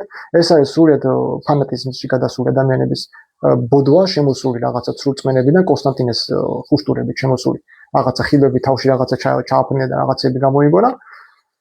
ჯვარცმა ეს არის პროცესი, როდესაც შენი ეგო და შენი სურვილები და ძველი კაცი კვდება ქრისტესთან ერთად და ახდება ახალი კაცით, ანუ იბადება ახალი ქრისტე შენში, ანუ მეორე ქრისტე იბადება შენი სახით. ეს არის პავლესეული გადმოცემა, რომ მე აღარ ცოცხლობ, არამედ ქრისტე ცოცხლობს ჩემში. ანუ ეს არის ჯვარცმა სიცოცხლე და არა ის ხის ფორმა, რომელზეც იესო დაეკიდა და დროში გაყინა იმ იესოსი გაფარჩხული კაცი რო კიდია და ისიც არაკანონიკურად, იმიტომ რომ ხელები ესე არ უნდა ქონდეს ბოლომდე გაშლილ. არაკანონიკური ჯვარცმებია ძალიან ბევრი და საერთოდ არ ჭირდება ქრისტიანს ჯვარცმა. და რომ გქონდეთ ეს ჩემთვის არანაირ პრიორიტეტს არ ნიშნავს, ეკიდოთ არ ეკიდოთ, ჩემთვის თავარი არის რა. ჯვარცმა რას ნიშნავს? ჯვარცმა არის ცხოვრების განვლილი პროცესი, ანუ ცხოვრება არის. ჯვარცმა არის როგორც ოქროპირიანუს ცხოვრების განვლილი გზა და არა ის რაღაცა ხეზე დაკიდებული გაფარჩხული კაცის, რომელსაც ბაბილონელების თაყვანისცემენ და უწოდებდნენ თამუს, ჯვარცმულ თამუს. ეს ტრადიცია აღებული არის იგივე რომ აიღო ბაბილონიდან და ეს დამახინდა. ანუ ებრაული მისტიციზმი, რაც პავლე მოციქული აუცელებდა, ეს გაწიეს გვერდით და ზოგი მღვდელი ისე გაკადნიერდა და იმასაც ამბობს, რომ პავლე მოციქულს ბევრი რამე ეშლებოდა და ებრაელთა წერილი საერთოდ არ ისწავლება სემინარ აკადემიაში, იმიტომ რომ პირდაპირ ამართებს ენოქის ორივე წიგნს და რატომღაც გადუმებულები არიან და აი 4 თავი ამათვის საკმარისი და პასუხი 4 თავი რომ საკმარისი ყოფილიყო პავლეს ეპისტოლები არ შევიდოდა ახალ აღთქმაში და არ წიროლოცოძე არ წაიკითხებოდა პავლეს ეპისტოლეები, თუმცა იქიდან ნახევარზე მეტი ვერც იგებს და ვერც იაზრებს პავლე მოციქული რასამოს. ეფესელთა ეპისტოლე რო განმარტოთ, თქვენ საკმარისი არის ყველაფერი გაიგოთ, რას ნიშნავს ებრაელი მისტიციზმი და ებრაული ტრადიციები. ეფესელთა ეპისტოლე საკმარისია, კაი ებრაელთა ეპისტოლეს თავი რო დავანებოთ. იქ ყველაფერი დეტალურად არის ახსნილი, რომ ერთია ნათლისღება, ერთია წმენა და ერთია ღმერთი და ერთია უფალიც. და ახსნიდა კიდევაც ის ღმერთი ვინ არის და უფალი ვინ არის. და უფალს პავლე მოციქული ვის გულისხმობს და ღმერთში პავლე მოციქული ვის გულისხმობს. კარგი, მოკლედ იმის გვამინდოდა რომ თუ ჩვენ უარყოფთ ებრაულ ტრადიციას და ვამბობთ რომ ლევან პეტრიაშვილი არის არაადეკვატური ადამიანი და ის ებრაულ სამუნებს კითხულობს, მაშინ თქვენ თვითონ აკრძალეთ ალელუიას თქმა ტაძრებში და ლევან პეტრიაშვილიც აღარ წაიკითხავს მე ებრაულ სამუნებს. იმისათვის რომ ღმერთი გწამდეს არ არის აუცილებელი რომ წიგნის გჯეროდეს, მაგალითად, როდესაც ვამბობ რომ მე ვარ მკვლევარი, მე არ ვარ ვალდებული რომ მე ღმერთის გწამდეს. მე არ ვარ ვალდებული, იმიტომ რომ მე ვარ მკვლევარი, მე კითხვები მაქვს. მე წიგნით ვერ დამარწმუნებ რომ ღმერთი არსებობს. რა თქმა უნდა, ნებისმიერ მკვლევარის რო შეეკითხო და წამეკითხა მათი ნაშრომებიც, უთქვიათ რომ მე წიგნით უფრო მეტად დავშორდი ღმერთს, ვიდრე მივაყობდი. ხო, ფაქტია ებრაელებმა მოციქულებმა დაწერეს ყველა ბიბლიური მოვლენა, მგონი ისტორიაც რასაც ვერ გავექცევით, მაგრამ რა მაინტერესებს იცით ლევან? საერთოდ რაში სჭირდებოდათ ამდენი რელიგია? ჭეშმარიტების დადგენა არც ისე ადვილია, მე მჯერა თქვენ ჭეშმარიტებამდე მიხვალთ. ხო, ჭეშმარიტება ზოგადი ცნება არის, ესოც ამბობს მე ვარ ჭეშმარიტება, მაგრამ პირად ეკითხება რა არის ჭეშმარიტება. ხვდებით ხო? კაცი ამბობს მე ვარ ჭეშმარიტება. სიცოცხლე და აღდგომა. ვისაც ჩემი სწამს რომც მოკლეს მაინც იცოცხლებს. ეს ხო, ამბობს ათქომი აქვს, ხო? და პირად ეკითხება რა არის ჭეშმარიტება. და იმის შემდეგ დიალოგი რაც არის გრძელდება, ეს ხოლმე არის ნიკოდიმოსის სახარებაში, რომელიც არის გამქრალი, იმიტომ რომ იესო უპასუხოდ არტოებს პილატეს ეუბნება რომ ჭეშმარიტება არ არის მიწიერი. აღარ მომდინარეობს ქვეყნიერებიდან, იმიტომ რომ აქ შენ ჭეშმარიტებას ვერ იპოვ. იმიტომ რომ ის იესო ამ ქვეყნიური მეფე არ არის მელეხაულამი, იესო ქრისტე აქაურია, მელეხაულამი არ არის. ეს უბრალოდ ებრაელებმა და იმ ხალხმა, რომლებიც იესოს ეწინააღმდეგებოდნენ, განსაკუთრებით სადუკეველთა ფრთა და არა ყველა ებრაელი, რა თქმა უნდა, ებრაელი რაშუაში არის. იმიტომ რომ ძალიან ბევრი იყო იქ, ვინც იესოს ჯვარცმაზე პირიქით წინააღმდეგი იყო და აგექრი პეტრემაც გაიწია და დაიცვა ქრისტე, ხო? მეც რო ყოფილიყავი ანალოგიურად დავიცავდი ჩემს რაბის რას ამბობ ხა ის. ჩემთვის ყველაფერი არის თავშევაკრავდი როგორც პეტრი ამბობს, შენ გულზე სიცოცხლეს არ დავთვალ. ეს ბუნებრივი მოვლენა არის. მაგრამ საქმე იმაში არის, რატო მოხდა ეს ყველაფერი, ხო? რატო გაიწირა ქრისტე და რატო მოხდა? ვინ იყო ის თავი, ვინც ამბობდა, რომ აი ეს არის იუდეველთა მეფე. იესო არ ამბობდა, რომ მე თქვენი მეფე ვარ. ეს იმიტომ, რომ პირატესთვის დაენახებინათ, რომ ხედაო, ეს არის საფრთხე როგორც ჰეროდესთვის, ჩვენი მეფისათვის, ისევე კეისრისათვის, იმიტომ რომ კეისარი იყო ყველას მეფე, ხო? და ეს ამბობდა, რომ თავის თავზე რომ ხურიათა მეფე ვარო, არ ვაღიარებ მე ავტორიტეტს. არ ვაღიარებ მე პირატეს კეისარს, ვინც არის, ტიბერიოსია თუ რაღაც არის. ანუ ყველა მე უნდა მცეს დაყარე, მე ვარ აქ მელეხაულამი და მე ვარ თქვენი მთავარი და თქვენი მესია და თქვენი მეფეც. ამიტომ იყო მათთვის მიუღებელი რომ უთხრეს რომ ჩვენ სხვა კეისარი არ ყავს გარდა კეისრისა, ჩვენ სხვა მართელი არ გვჭირდება, ჩვენ სხვა მეფე არ ყავს გარდა კეისრისა. ამას თვითონ ის სადუკეველთა ფრთა დაპირისპირებული, გაპოლიტიზირებული, ასე ვთქვათ, ვითომ ებრაული ფრთა ამბობდა ამას. როგორც დღეს არის თქვა რაღაც ოპოზიციის ფრთა, რომელიც ვითომ წინააღმდეგობაში არის პოზიციასთან და ამავდროულად ერთმანეთს ხელს ბანენ როგორც ჰეროდე და პილატე, რომლებიც ერთმანეთის წრები იყვნენ, მაგრამ საერთო მონაწილეობა მიიღეს ქრისტეს კვლევაში, ხო? და ყოველთვის მართალი წინება და არავინ არის ესაიას თქმით, ვინც გულთან ახლოს მიიტანს ამას. ეხლა ქრისტეს ჯვარსმა ვინ მიიტანა გულთან ახლოს, ვინც ისნობდა და ვისაც გული შესტკიოდა, ხო? აი თვითონ პილატეც კი დააბნიეს ისეთ მდგომარეობაში ჩავარდა, რომ ბოლო-ბოლო გადაწყვეტილება მიაღებინეს, რომ უდანაშაულო კაცი მოაკლევინეს. წარმოგიდგენიათ, რა დონემდე შეიძლება ადამიანი მიიყვანო, რომ უდანაშაულო ადამიანის კვლევაში ხელი გაისვარო. ისე რომ თვალიც არ აგიფრიალდეს. ხო ეს რაზე მოვაყოლეთ ახლა ხო ხურიათა მეფე ვარ იესოს არსად არ უთქვია ხალხო რომ მე ურიების მეფე ვარ არსად თავის ცხოვრებაში არსად არ უთქვია რომ მე ვარ ებრაელების მეფე და იმთო ნიკოდემოს სახარებაში პირდაპირ ეუბნება რომ ჭეშმარიტება მომდინარეობს ზეციდან ის არ არის მიწაზე არ ცელდება და პირდაპირ ეკითხება მე განაო მიწაზე არ ცელდებაო ჭეშმარიტებაო და იესო მე პასუხობს აგერ შენი თვალით უყურებო ცოცხალ პროცესს ესწრებიო რა რომ აგერო ქვეყნის მართლმიო ასამართებენ სასიკვდილო განაჩენი გამოაქვთ მათთვის ვინცაც არაფერი დანაშაული არ ჩაუდგენია ერთი ბრალიც ვერ ეპოვეს იესოს მოსაკლავი და ჩასაქოლი და ეგეც ბრალდება იყო რომ მეფე ხარო შენო ურიების მეფე ხარო იესოსთვის არ არსებობს ეროვნება ხალხო ამიტომ ვამბობთ რომ აი ეს ებრაელია ის რუსია ის ეს არის და გეზიზღებათ ხო მათ შორის ჩემი თამადობით მეც ვიყავ ესეთი რაღაცა რასისტული დამოკიდებულება გერმანელები მეზიზღებოდა რუსები ისე რა აი მე გერმანელებზე ყונה გართულება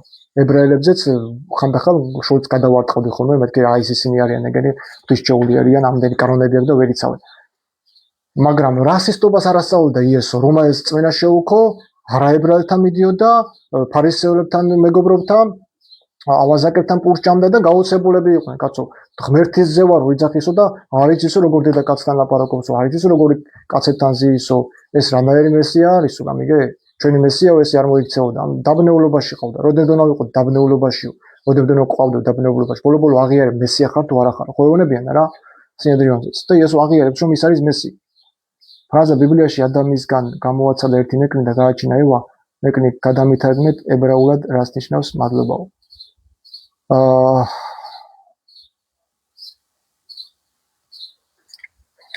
ფრაზა ბიბლიაში ადამიანისგან გამოაცალა ერთი ნეკნი ეხადრო წერია მათ ნეკზე ხო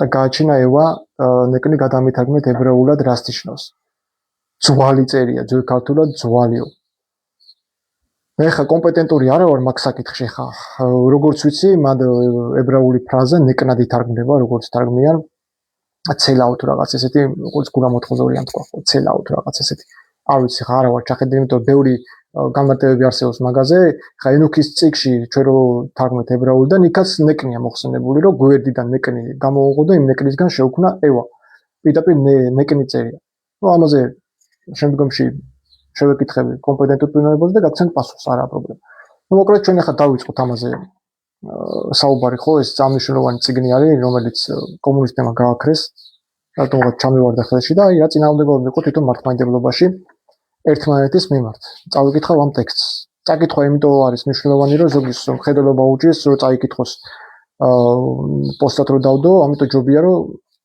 სიტყვიერად ვისაუბრო ამ ყველაფრის შესახებ 1988 წელი 20 აპრილი წმინდა მთის სამღვდელო კინოტის მეორე ეპისტოლე პატრიარქ დიმეტრიოსის მიმართ ათონისთაზია საუბარი ბერები წერენ პატრიარქ დიმეტრიოს უწმინდესო მამაო და მეუფეო ჩვენმა სამღვდელო კინოტმა სამღვდელო კინოტმა შვილისმიერი მოვალეობისა და უღრმესი მოტიცების გრძნობით თავისი წერილით ამცნო თქვენს უწმინდესობას ჩვენი წმინდა ადგილისა და მართლმადიდებელ ქრისტიანთა უმეტესობის შეშფოთება, რომელიც გამოიწვია დიალოგმა და ურთიერთობამ არა მართლმორწმუნეებთან და რომლებიც არ იზიარებენ წმინდა მამათაგან ერთხელ მოცემულ წმენას. შეადარე იუდას ეპისტოლე 1:3. ამ წერილში მითითებული იყო რა არ გვმართებს და რას უნდა მოვერიდოთ და ყოველივე ეს დასაბუთებული იყო ღვთისმეტყველების და განწესების საფუძველზე. ჩვენ იმასაც კი ვამტკიცებით, რომ წმინდა მთა არ არის არა მართლმორწმუნეებთან დიალოგის წინააღმდეგი, იმ შემთხვევაშიც, თუ ის წმინდა განწესების თანახმად წარიმართება. სხვათა შორის, წმინდა მთის ეს შეშფოთება დასრულდა იმით, რომ ზოგიერთმა ბერმა შეწყვიტა პატრიარქის სახელის მოხსენება ღვთისმსახურების დროს. ჩვენ გაფრთხილებდით თქვენ მსგავს მოქმედებათა გავრცელების საშიშროების შესახებ. წმინდა მონასტრები მიუთითებდნენ იმას, რომ წარმოშობილი წდუნება ბევრ ჭეშმარიტ ქრისტიანს აშორებს ეკლესიას, რის შედეგადაც ის სუსტდება და ქრისტეს სხეულს თანდათანობით სახიფათო სისხლიანი იარები უჩნდება. დედა ეკლესიას მოკრძალებით მოვახსენებთ, რომ ერთგული და შეგნებული ქრისტიანები, ეკლესიის გულშემატკივრები გულის სიღრმეში იმედგაცრუებულნი არიან იმ მოძღვართა ნდობის დაკარგვის გამო, რომლებიც ანტიმართლმადიდებლურ ძარღვთა გავლენას განიცდიან. ამ ცდუნების მიზეზი კი ჩვენი აზრით ის გულდასაწყვეტი მოლაპარაკების გაგრძელებაა, რომელმაც ერთიანად არია ეკლესიის საქმეები. ეს მოლაპარაკება გულისხმობს სოფლიო ეკლესიათა გაერთიანებას მათი აღმსარებლობის მიუხედავად. ყოველივე ამან გვაიძულა ჩვენ სასწრაფოდ მოგვეწვია წმინდა მთის სამღვდელო კინოტის ორმაგი საბჭო ამ წლის 4 თებერვალს. ზემოაღნიშნული საჭირბოროტო საკითხები განისჯებოდა და ეკლესიისა და პატრიოსანი ცენტრის პირუთვნელი სიყვარულით და მის წინაშე მოწიწების გრძნობით. უპირველეს ყოვლისა ჩვენ გადავწყვიტეთ შეგვედგინა სამღვდელო კინოტის ორმაგი საბჭოს დაწვრილებითი წერილი დედა ეკლესიის მიმართ, რათა კვლავ გადმოგვეცოთ წმინდა მთის საღვთისმეტყველო დებულებანი და გარდა ამისა აღგვეწერა ის სახიფათო შედეგები, რაც შეიძლება მოყვეს დიალოგისა და ურთიერთობების გაგრძელებას, იმ სახით, რა სახითაც დღეს მიმდინარეობს. სხვათა შორის, ჩვენ ველოდით უწმინდესი პატრიარქის პასუხს, რომელიც მხოლოდ 1988 წლის 24 მარტს მივიღეთ. ვაღიარებთ, რომ ამ პასუხმა გაგვაკვირვა და დაგვამწუხრა მნიშვნელოვან მიზეზთა გამო, სახელდობ. თქვენ აქებთ დაწმინდელებს უძველესი დროიდან გმირული ღვაწლისათვის და ჩვენი უმციკლო წმინდა რწმენისა და განწესების შენარჩუნებისათვის. დღეს, რა თქმა უნდა, ჩვენ არა ვართ ღირსნი ასეთ ღვაწლის ჩადენისა. მხოლოდ გაცნობებთ ჩვენს შეშფოთებას და წუხილს, თუმცა გვჯერა, რომ საჭიროების შემთხვევაში უფლის შემწეობით ჩვენც მიბაძავთ წინაპართა ღვაწლს, რასაც თქვენ ასე აქებთ. ძლიერ დაგვამწუხრა იმ ფაქტმა, რომ ჩვენგან პატივდებული მსოფლიო პატრიარქი ასკვნის, თითქოს ჩვენ გვაცდუნეს ბნელმა ძალებმა და თითქოს ის რისკენაც ჩვენ ვისწრაფით ხელს აძლევს ეშმაკს. წინამდებარე წერილის შედგენა გამოიწვია პაპისა და პატრიარქის მიწერ მოწერის გამოქვეყნებამ. ამასთან ერთად მთელმა ქვეყანამ შეიტყო პატრიარქის მონაწილეობის შესახებ სიტყვის ლიტურგიაში, რომელიც ჩატარდა წმინდა პეტრეს ბაზილიკაში, ვატიკანში. რაც შეეხება პატრიარქის შენიშვნას, თითქოს ჩვენ ვერეოდეთ დედა ეკლესიის საქმიანობასა და კომპეტენციაში, ნება მოგვეცით სათანადო პატივისცემით აღვნიშნოთ შემდეგი. ჩვენ მიგვაჩნია, რომ მსგავსი განცხადებების ნიშნის ქვეშ დაყენება არანაირად არ ნიშნავს დედა ეკლესიის საქმეებში და კომპეტენციაში ჩარევას. პირიქით, ასეთი ქცევით ჩვენ თაწმინდელი ბერები კიდევ ერთხელ ვამჟღავნებთ ჩვენი ეპისკოპოსისა და საერთოდ დედა ეკლესიისადმი მორჩილებას. როგორც მისი შვილნი, ჩვენ თავიდან მიხსით პასუხისმგებლობას და შეშფოთებულნი მოვითხოვთ რომში მომხდარი მოვლენების სრულ განმარტებას. ჩვენი დამოკიდებულება რომის ამბებისადმი ჩვენი ბერული მორჩილების დამამტკიცებელიც არის, რადგან გვაქვს რა მოწიწება ეკლესიის განწესების მიმართ და ვიღწვით რა დღე და ღამ ლოცვით, საფუძვლიანად ვღელავთ და ვკითხულობთ. რა უფრო საქებარია და რა უფრო შეესატყვისება განწესებას, რაზე შეგვიძლია ვთქვათ, რომ ის უფრო კეთილგონიურია, რადგან რომ არა კეთილგონიერება ათონის წმინდა მონასტრები სხვადასხვანაირად მოიქცეოდნენ. როგორც კი შეიტყვეს თქვენი სიტყვის ლიტურგიაში მონაწილეობისა და ერთობლივი შეთანხმების ამბავი. განწესებიდან ჩანს, რომ ბერები განსაკუთრებით ზრუნავენ ეპისკოპოსისა და წმინდა სინოდის ხარდასაჭერად და არა მის შესაცვლელად. თავისი ავტორიტეტით განწესება და სარწმუნოება მოქმედებისა და სწავლის სფეროა. ვისაც უყვარს ისინი, ყველასათვის, ვინც ქრისტეს ერთგული, ამისთვის შეიქმნა და არსებობს განწესება. მას როგორღა არ ვიზრუნოთ ბერებმა მისი დაცვისათვის? ჩვენ ბერები ვალდებულნი ვართ ბევრი ვილოცოთ და ვამოწმოთ ჭეშმარიტება. მართლაც, როგორც თავადაც ამბობთ, ჩვენ ვიმყოფებით წმინდა მთაზე, რათა მიუძღვნათ თავი ლოცვას. შევიმეცნოთ ჩვენი განწესება, რათა დასარწმუნოება და ვიცხოვროთ მხოლოდ მათი მიხედვით. მაგრამ ამავე დროს, როგორ არ ვიგრძნოთ აუცილებლობა იმის დაცვისა, რაზეც ვლოცულობთ. განწესების მიხედვით მცხოვრებლებმა როგორ არ ვიზრუნოთ მასზე. თქვენო უწმინდესობავ, ჩვენ ყოვლად უმნიშვნელო ბერების სამწყსო ნეფსით უნებლიეთ ვართ წყემსნით. წყემსნით ჩვენი მოჭრების და მრავალი ათასი სულიერი შვილისა, რომლებიც ჩვენთან ამბობენ აღსარებას. გარდა ამისა, ჩვენი პატივცემული პატრიარქი და სხვა ეკლესიები აგზავნიან წმინდა ათონზე ათასობით მართლმადიდებელ მორწმუნეს, რომელთაც სურთ მიიღონ ჩვენგან დარიგება ნუგეში და სარწმუნოებასა და განწესებასთან დაკავშირებული საკითხების ახსნა განმარტება. აქედან გამომდინარეობს ჩვენი დიდი პასუხისმგებლობა ეკლესიის კურსის გამო და მოვალეობაც ყველას უპასუხოთ სარწმუნოებასთან დაკავშირებულ კითხვებზე. ყოველი ჭეშმარიტი მართლმადიდებლის ვალია, თუ თავს ეკლესიაზე მაღლა არ დააყენებს, იზრუნოს განწესების დაცვას. ზემოთქმულის დასამტკიცებლად მოგწალებით მოგახსენებთ შემდეგს. წმინდა მთის ბერობას უფლება აქვს და მოვალეცა გამოთქვას თავისი შეხედულება სარწმუნოების ყველაზე მნიშვნელოვან საკითხებზე. ასე მოქმედებს ის მართლმადიდებლური სარწმუნოების გამტკიცებისა და დაცვის გამო. ხედველობაში გვაქვს ამ ჭეშმარიტების ზუსტი გადმოცემა მართლმადიდებლური დელეგაციის მიერ ლუნდის საბჭოზე 1952 წელს. და ციტირებს.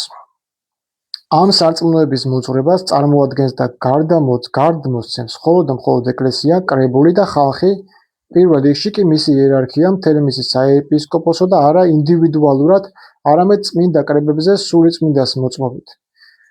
იხილეთ კარამირისი დოგმატური და სიმბოლური ძეგლები მეორე გამოცემა ტომი მეორე გვერდი 970.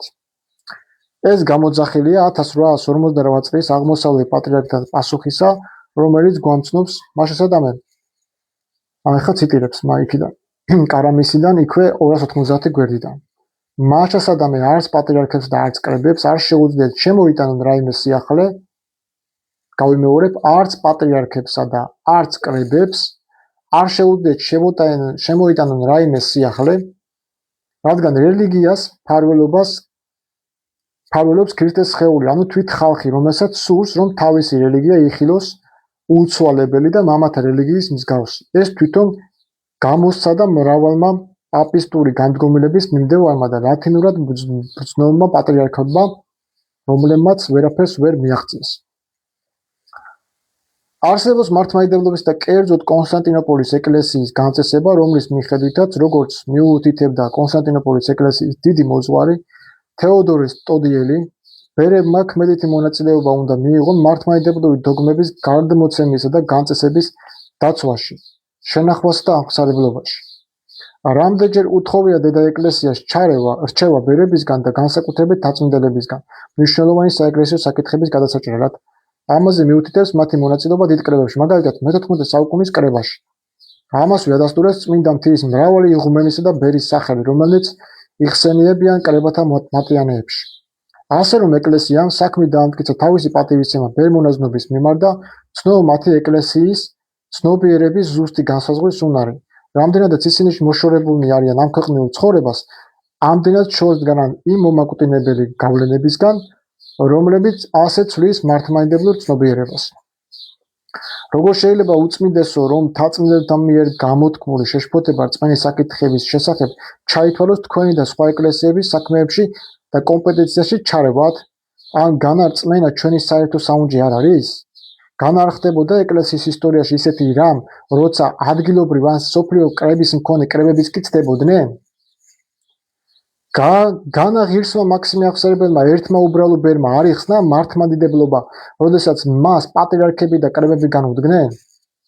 განა ღვთაებრივმა გრიგოლ პალამამ და მასთან ერთად მთაწმინდელემ არ შეინარჩუნეს და ზუსტად არ გადმოსცეს მართლმადიდებლური მოძღვრება, როდესაც პატრიარქებმა იოანე კალეკას მსგავსად გაყიდეს ის? ასე რომ მოკრძალებით გამოვხატავთ რა ჩვენ შეშფოთებასა და შეხედულებას სარწმუნოების მნიშვნელოვანი საკითხების შესახებ, ღრმად ვწამს, რომ ვასრულებთ წმინდათა წმინდა მოვალეობას მართლმადიდებლური ეკლესიოლოგიის განაწესების და მართლმადიდებელი მონაზვნობის მისიის შესაბამისად. ჩვენ აგრეთვე გვჯერა, რომ ამით მნიშვნელოვნად ვეხმარებით დედა ეკლესიას, რომელსაც არ შეუძლია უხიფათოდ გადაჭრას ეს საკითხი, თუ მთელი გულისყურით არ გაითვალისწინებს მართლმადიდებელი მონაზვნობის ხმას. მიმართულს შხამისა და მოკვდინების წინააღმდეგ. მართლმადიდებელი მონაზვნობა კი ჩვენს დროში ძირითადად წმინდა მთაზე ემსახურება ეკლესიას, იცავს რა თავის ყოფასა და ღვთისმეტყველებას წარმატებულად და ტრადიციისგან მოუწყვეტლად. ამიტომ დაიბადა ამდენი კითხვა ყოველივე ზემოთქმულის გამო. უგზავნით რა თქვენს უწმინდესობას წინამდებარე ეპისტოლეს, არ ვეხებით სხვა საკითხებს და აღვნიშნოთ მხოლოდ შემდეგს. პირველი, წმინდა მთას არ შეუძლია მართლმადიდებლურად მიიჩნიოს ის თეორია, რომლის მიხედვითაც ერთიან წმინდა კათოლიკე და სამოციქულო ეკლესიად მიჩნეული არა მხოლოდ ჩვენი მართლმადიდებლური ეკლესია, არამედ სხვა ქრისტიანული აღმსარებლობებიც, რომლებიც არ იზიარებენ მართლმადიდებლურ რწმენას. ღრმა მწუხარებით აღვნიშნავთ, რომ ცენტრის ოფიციალურ ტექსტებსა და განცხადებებში გამოჩნდა რაღაც ბუნდოვანი თეორია განშტოებების შესახებ, რომლებიც ჩვენს ეკლესიას აიგებს ერეტიკული ეკლესიის შტოებთან და განხეთქილებასთან. მაგალითად, იმ განცხადებაში, რომელიც თქვენს უწმინდესობას მიეწერება, ნათქვამია: დღეს ჩვენ ღრმად შევიგრძნობ და გავიმისით იმ ჭეშმარიტებას, რომ ყოველი ქრისტიანი, ვისაც გვწამს იესო ქრისტე, როგორც ძეხვთისა და ქვეყნიერების ხსნელი, წარმოვადგეთ ერთ სხეულს და შევადგენთ ერთ ოჯახს. ეპისკეპსისი ნომერი 380 15 ივლისი 1987 წელი გვერდი მეცხრე. საკითხავია, როგორ შეიძლება ვიყოთ ერთი სხეული, როდესაც ჩვენ არ გვაქვს გაგვაჩნია საერთო წმენა, საერთო საიდუმლოინი და კანონიკური წყობა. ნუ თუ დაიკარგა ბიბლიური ეკლესიური ერთობა ქრისტეს სხეულისა, ერთი სხეული, ერთი სული, ერთი ღმერთი, ერთი სარწმუნოება, ერთი ნათლისღება, აი წეღარო გეუბნებოდით ეფესელთა ეპისტოლების მე-4 თავზეა საუბარი. მსგავსი გამონათქვამები ხვდება აგრეთვე პაპისა და პატრიარქის ურთიერთშეთანხმებაშიც, რომი 7 დეკემბერი 1987 წელი და სხვა ტექსტებში. ფიქრობთ, რომ ასეთი განცხადებანი და ფორმულირებანი ეწინააღმდეგებიან ყოველივე მას, რაც დღევანდელამდე მიჩნეული ჰქონდა ჩვენ ღვთისმეტყველება და ეკლესიოლოგიურ გამოცდილებად. ეწინააღმდეგება იმას, რასაც დღეს აღიარებს მართლმადიდებლური ეკლესია. მე ხა ამას რატო ვკითხულობ, ხო იცით? თქვენ დაგანახოთ, რომ ის ეკლესია, რასაც დღეს ვითომ მართლმადიდებლობას უწოდებს თავის თავს, თვითონვე ეწინააღმდეგება იმ მართლმადიდებლობას, რაც თქვათ არის გადმოცემული ტრადიციული სახით. წმინდა მთის ანუ ამას გიყვებით ისტორიას, რომ არ არის ის მართლმადიდებლობა არ დგას იმ საძირკველზე, რასაც წმინდა მთის მონაზვნობა აცხადებს. ამიტომ ვკითხულობ ამას. ვიღაცამ მართავს, რომ მე ვეწინააღმდეგები მაინც მართლმადიდებლობას. არა, თვითონ მართლმადიდებლები ეწინააღმდეგებიან იმ მართლმადიდებლობას, რაც კრებებზე დაადგინეს. ну რა ვიცი, ვინ დაადგინა, თქვენ თუნდაც იცით, ხო, მონაზვნება, თურმე მონაზვნებს დაუდგენიათ. ასე რომ 1995 წლის კონსტანტინოპოლის კრების თანახმად აცხადებთ. მხოლოდ აღმოსავლეთის მართლმადიდებლური ეკლესიები წარმოადგენენ ერთიან წმინდა კათოლიკე და სამოციქულ ქრისტიანულ ეკლესიას ჭეშმარიტების საყდრისა და მოწმობას.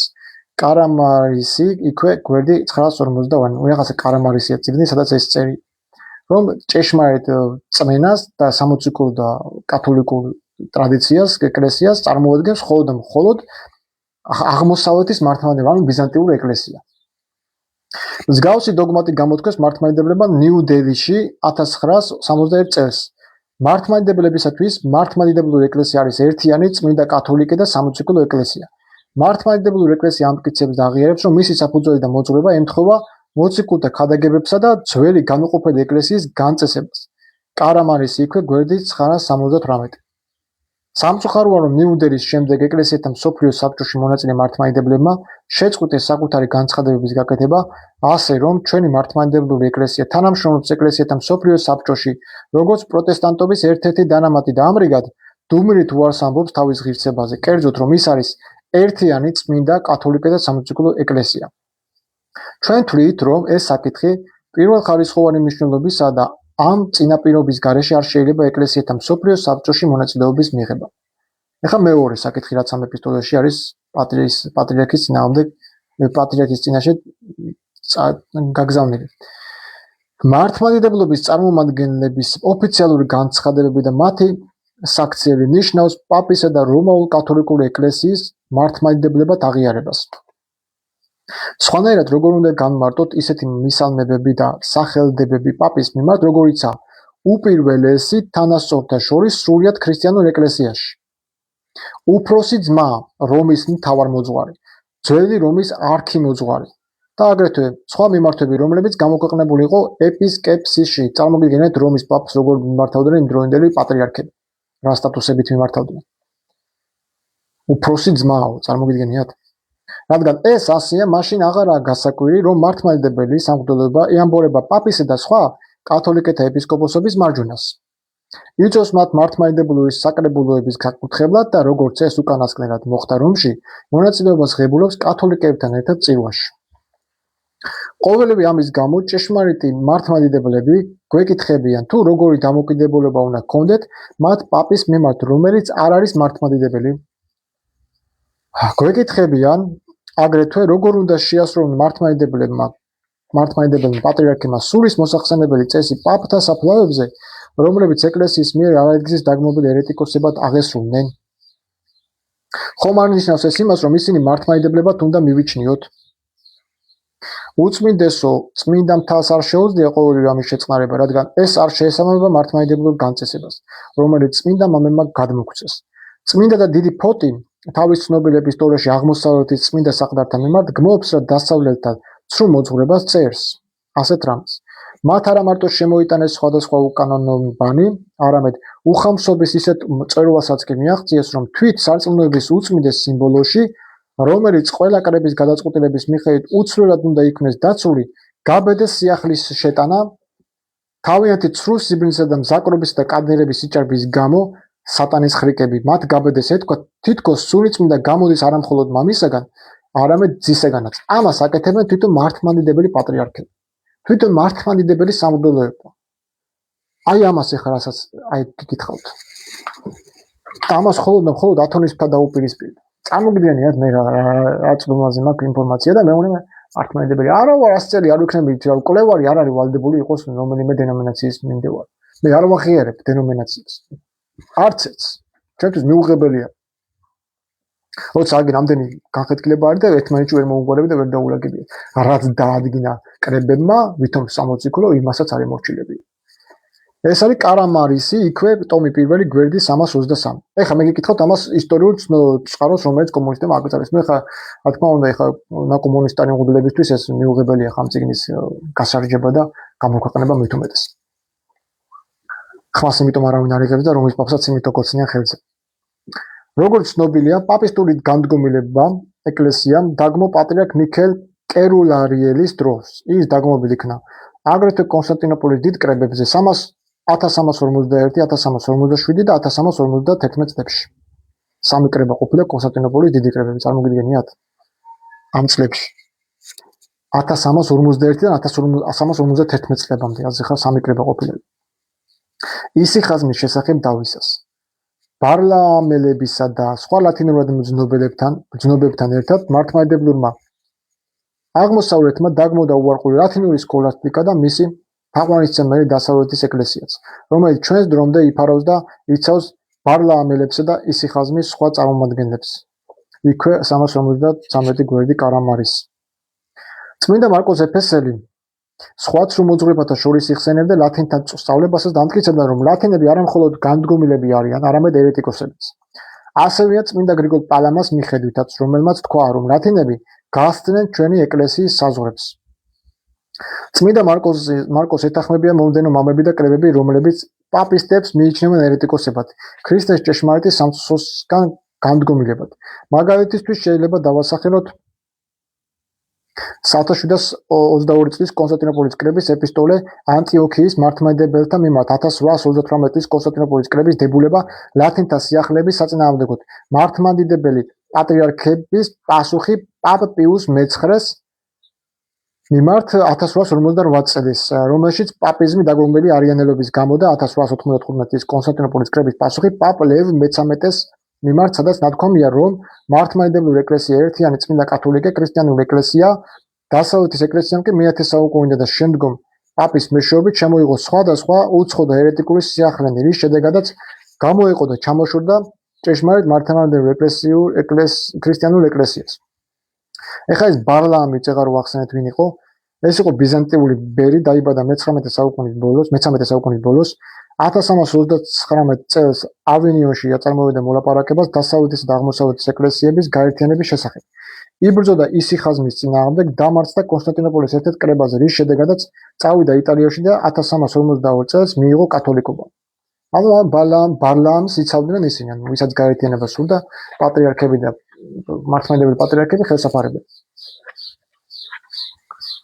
ეკლესიის ჭეშმარიტი მოძღვრების თანახმად ჩვენ არ შეგვიძლია პაპი მივიჩნიოთ მართლმადიდებლად, მით უმეტეს დასავლეთის არქიმოძღვრად, ეპისკოპოსთა შორის უპირველესად ან ეკლესიის უფროსს, უწმიდეს ხელმძღვანელად. რა თქმა უნდა, თუ მხედველობაში გვაქვს მართლმადიდებლური ეკლესია.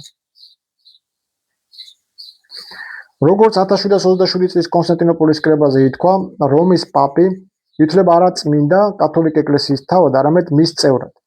ეს მხოლოდ იმ შემთხვევაში, თუ ის შეუათანხმდება წმინდა პატრიარქების ღვთისმსახურებისა და წმენის საკითხებში, როდესაც აღიარებს იმავე დოგმატებს, რომლებსაც ცნობს მთელი ქრისტიანული ეკლესია. იმ შემთხვევაში, თუ ის დარჩება გამოყოფილად კეთილმსახურების საწინააღმდეგო აზროვნების თესლად, არ შეიძლება მივიჩნიოთ ეკლესიის წევრად. შესაძლოა ჩვენ შემოგვეპასუხონ და გითხრათ, რომ დედა ეკლესია პაპს ასე ახლებურად ეკონომიის დაახლოებისა და დიალოგის გამო მიმართავსო. მაგრამ სოფლიო ეკლესიის განწესებიდან ჩვენ ვიცით, რომ ოფიციალურ შემთხვევებში ეკონომიის გამო პაპს მხოლოდ უნეტარესობით მიმართავდნენ. ეს მიმართვა არ ამცირებს ჩვენი ეკლესიის ღირსებასა და წმენას. ის გამომხატველია მართლმადიდებელთა კეთილშობილებისა და კეთილგანწყობილებისა. არ შეიძლება პაპს მიმართოთ როგორც მართლმადიდებელს. გადასხვაფერება პაპისადმი მიმართვის წესისა და სხვა ჩვენ მიერ დადგენილი ფორმულირებისა ახალი მოვლენის წინაშე აყენებს მთელ მართლმადიდებლობას, რის შესახებაც ჯერ არ არსებობს სრულად მართლმადიდებლური კრების გადაწყვეტილება.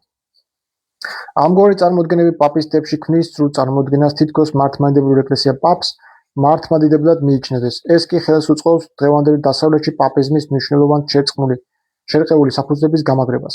პაპიზმის საწინააღმდეგო პოზიციების შეცვლა არ არის გამართლებული, იმიტომაც, რომ პაპისტური ეკლესია დღესაც არ უარყოფს თავის ძველ შეცდომებს. პირიქით, ვატიკანის უკანასკნელ კრებაზე რომის პაპის პირველობისა და უცოდელობის თეორია ახალი გადაწყვეტილებებით შეივსო.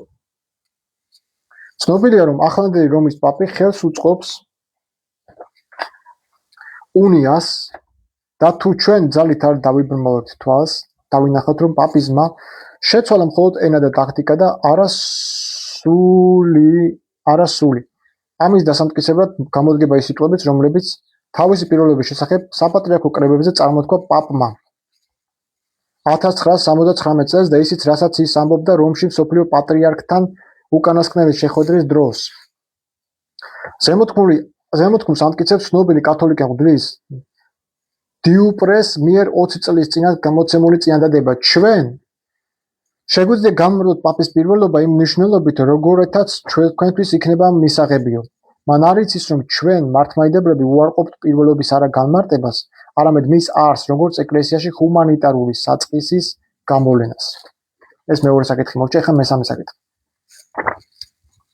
კიდევ ერთი კითხვა, რომელიც აღგვეძრა კათოლიკური ეკლესიის საიდუმლო და მადლმოსილების აღიარების გამო. აქ არ დავიწყებთ იმის გადმოცემაზე, რაც უფრო აღნიშნული იყო სამღვდელო კინოტეს წინა ეპისტოლეში. ღრმამწუხარებით აღნიშნავთ, რომ პატიოსანმა ცენტრმა შეცვალა თავისი კურსი. თუ აქამდე ის თავის ეპისტოლეებში მოითხოვდა თავი აგვერიდებინა საიდუმლოებში ერთობლივი მონაწილეობისათვის, ახლა როგორც პატრიარქების ინტერვიუდან გამოჩნდა, თუმცა შეზღუდულ ფარგლებში, მაგრამ მაინც დასაშვებად მიიჩნია. ეს გზას უხსნის მომდევნო განცხადებას, რომელიც ნებას დართავს შეუზღუდავ ურთიერთობას ინტერკომუნიო, ეს არის კათოლიკეთა საიდუმლოთა მადლის არაპირდაპირი აღიარება. დიალოგის დროს, რომელიც პირველ რიგში მჟღერეს წმენის საიდუმლოთა და აუცილებელი ერთობის საკითხებზე. მიღწეულ იქნა გარკვეული შეთანხმება, რომელიც დაწვრილებით ჩამოყალიბდა მართლმადიდებლების და კათოლიკეთა მიერ ერთობლივ შემუშავებულ დოკუმენტში. ყოველივე ზემოთქმულიდან გამომდინარე კი მოხდება დაუშვებელი რამ. საიდუმლოებათა ერთობას მოჰყვება ღვთისმეტყველური დიალოგი და ერთიანობაც ასე მიიღწევა. რაც შეეხება საღვთისმეტყველო უთანხმოებათა რკვევას, ის სამომავლოდ გადაიდება, მაგრამ საინტერესოა რა აზრი აქვს იმის გარკვევას, რა გვაერთიანებს თუ რა არ გვეცოდინება, რა განგვასხვავებს. კათოლიკებმა თავისიანებს ნება დართეს მართლმადიდებლურ საიდუმლოებში მონაწილეობისა და მართლმადიდებლების დაუშვეს თავიანთ საიდუმლოებებთან. ისინი ჩვენგან მოელოდნენ მსგავს საქციელს. ფიქრობ პაპისტებს აინტერესებთ არა იმენად დიალოგი, რამდენადაც ის, რაც ამ დიალოგს უკავშირდება. ერთობლივი ლოცვა, ერთობლივი საღვთისმეტყველო ტექსტები და ერთობლივი განცხადებები, რის გამოც იქნება შთაბეჭდება თითქოს ჩვენ მართლმადიდებლენი და კათოლიკანი ერთი ეკლესია ვიყოთ. ამის შედეგად დუნდება მართლმადიდებლური სიფხიზლე და პაპისტური ერესების საწინააღმდეგო განწყობილება. ადვილდება ერთობლივი მონაწილეობა საიდუმლოებებში. ყოველივე ზემოთქმულის შესწავლის შედეგად ჩვენ ვხედავთ, რომ არც თუ უსაფუძვლოა ვარაუდი, რომ კათოლიკეთა მხრიდან მზადდება ბრძოლა საბოლოო გაერთიანებისათვის უნიის სახით, რის შედეგადაც დოგმატური შეუთანხმებლობის მიუხედავად გაერთიანდება ორი ეკლესია, რომელშიც პაპის პირველობა და უცოდელობა შედის.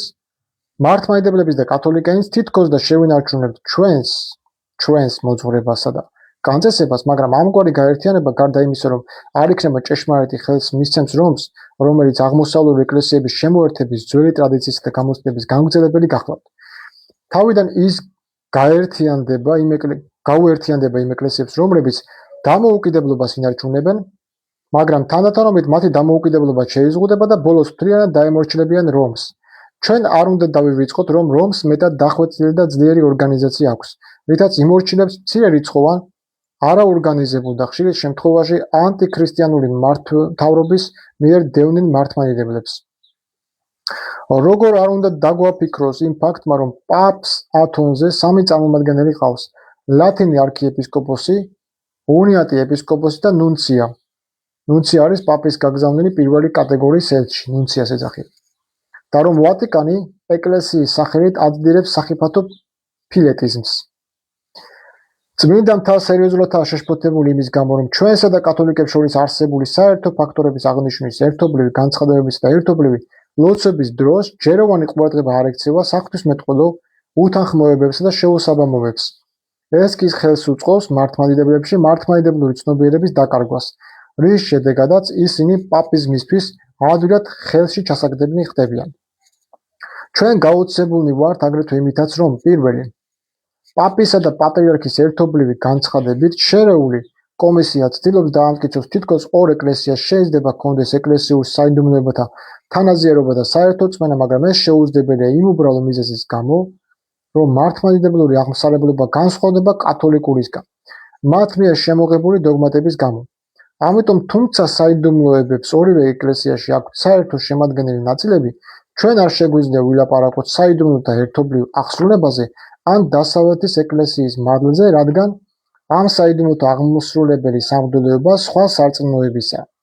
სხვა სიტყვებით რომ ვთქვათ, მართლმადიდებლურ სარწმუნოებას წარმართავს მადლი სულიწმინდისა, რომელიც არის ჭეშმარიტებასთან მიმყვანებელი. არა მართლმადიდებელი ქრისტიანობა და მისი საიდუმლო კი არ შეიძლება იყოს მადლით შემოსილი, რადგან საერთოა მისი კავშირი ჭეშმარიტებასთან. ჩვენ არ შეგვიძლია საღვთისმეტყველო დიალოგების ერთობლივი ტექსტების საფუძველზე ვილაპარაკოთ რაიმე შეთანხმებაზე, სანამ ისინი არ განუხილავთ ადგილობრივ კრებებს და არ გამოუთქვამთ თავიანთი აზრი. ეხლა მეორე.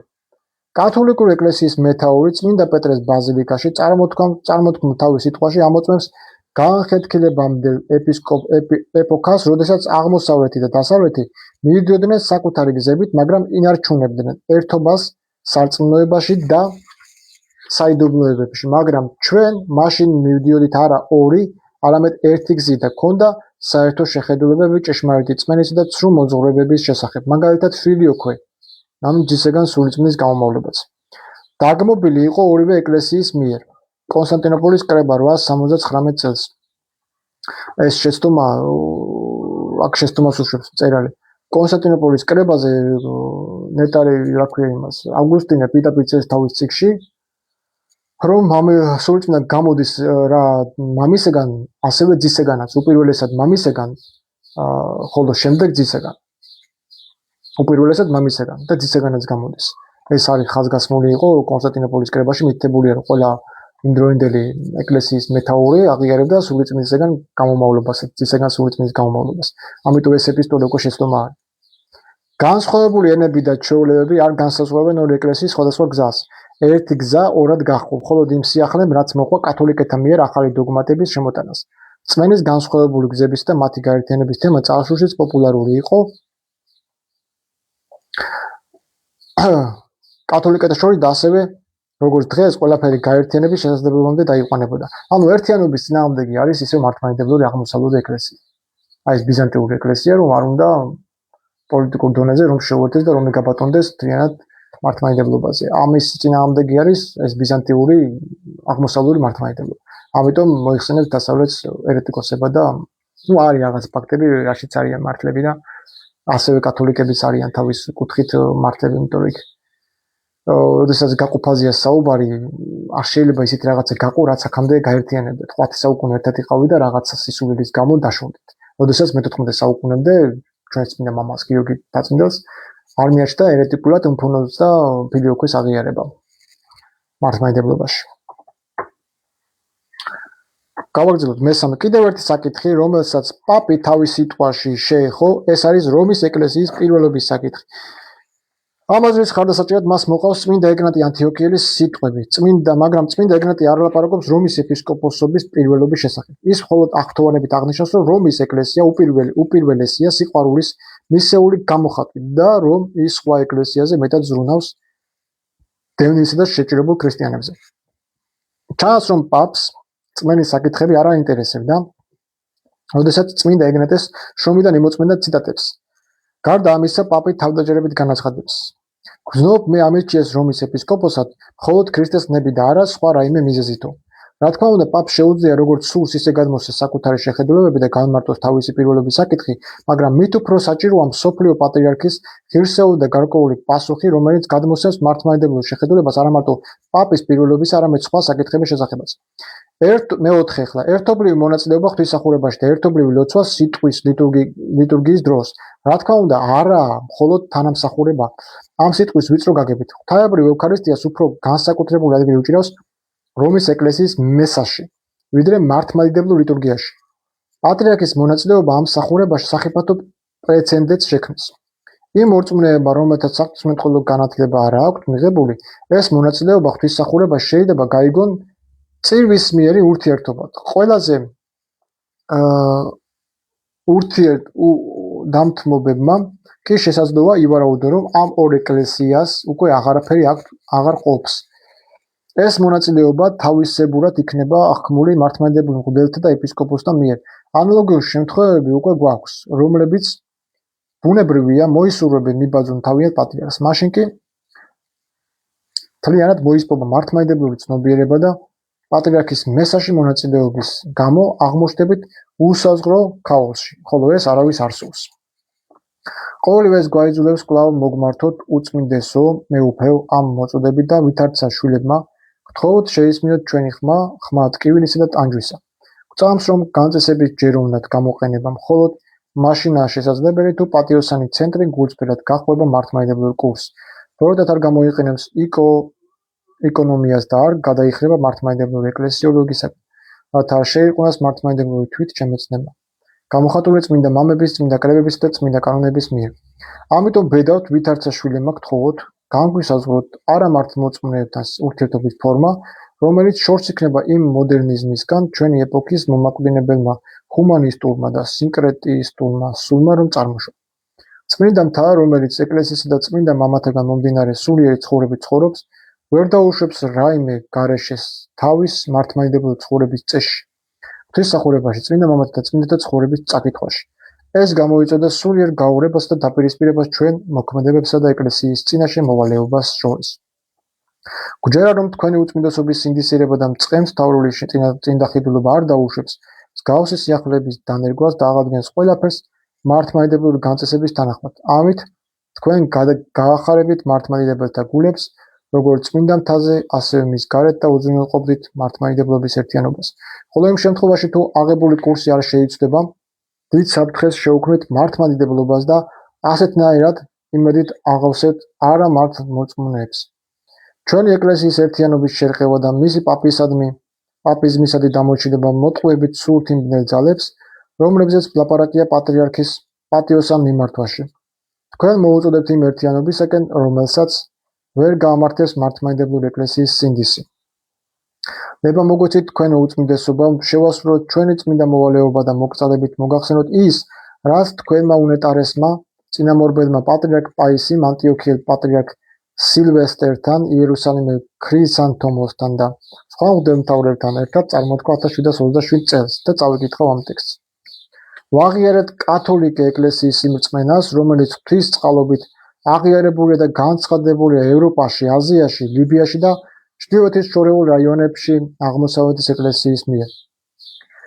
ეს ეკლესია ჩამოყალიბებულია ღვთის მიერ ხელდასხმული კონსტანტინოპოლის, ალექსანდრიის, ანტიოქიის, იერუსალიმის პატრიარქების, ყოველად პატიოსანი არქიეპისკოპოსების, უწმინდესი მიტროპოლიტებისა, ღვთის მიერ ეპისკოპოსების და მთელი მისი საეკლესიო სამღვდელოებისა და დასის მიერ, რომელთა გარეშეც არავის არ შესწევს ძალახსნისა.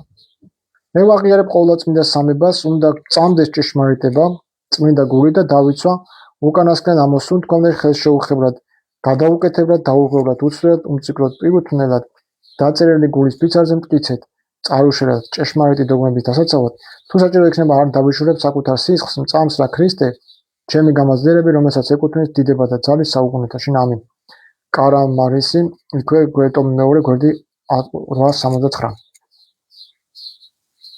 უწმინდესო, აი მიზეზები, რომლებმაც გამოიწვიეს ჩვენი შეშფოთება, ჩვენ მორჩილებით ვერით თქვენგან და წმინდა თქვენი წმინდა სამღვდელო სინოდისგან მართალ და დამოუკიდებელ პასუხს. ვთხოვთ, ჩვენი მოქმედება გაიგოთ, როგორც გულწრფელი მოწიწებისა და შვილისმიერი სიყვარულის გამოხატულება თქვენი და პატიოსანი ცენტრის მიმართ.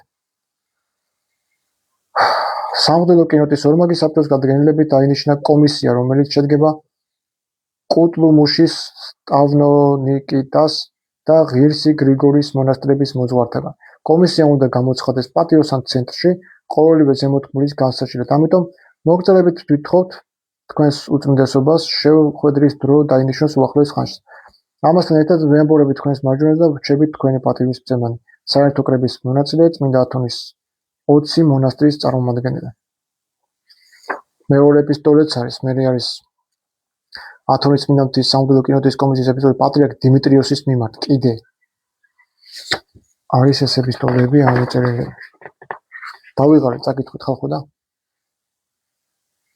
საუკუნო ანათემატიზმები ხმას წმინდისა ათონისა. ამ ძირითადად ათონის ბერები უპირისპირდებოდნენ ამ გაურკვევლობას, რაც ხდებოდა მართლმადიდებლურ ეკლესიაში პატრიარქების მიერ. კიდე ბევრი ინფორმაცია უბრალოდ დავიღალე რა და რაც საკმარისი იყო, რაც წავიკითხე მე მინდა საკმარისი იყო. დაგემშვიდობებით მეგობრებო და ალბათ თქვენ იცით დროებით იმ ნეკზეც კიდე მეორე ენოქის წიგნიდან ზუსტად ამოვწერ ციტატას და აუცილებლად მოგწევთ. ალბათ კარგად.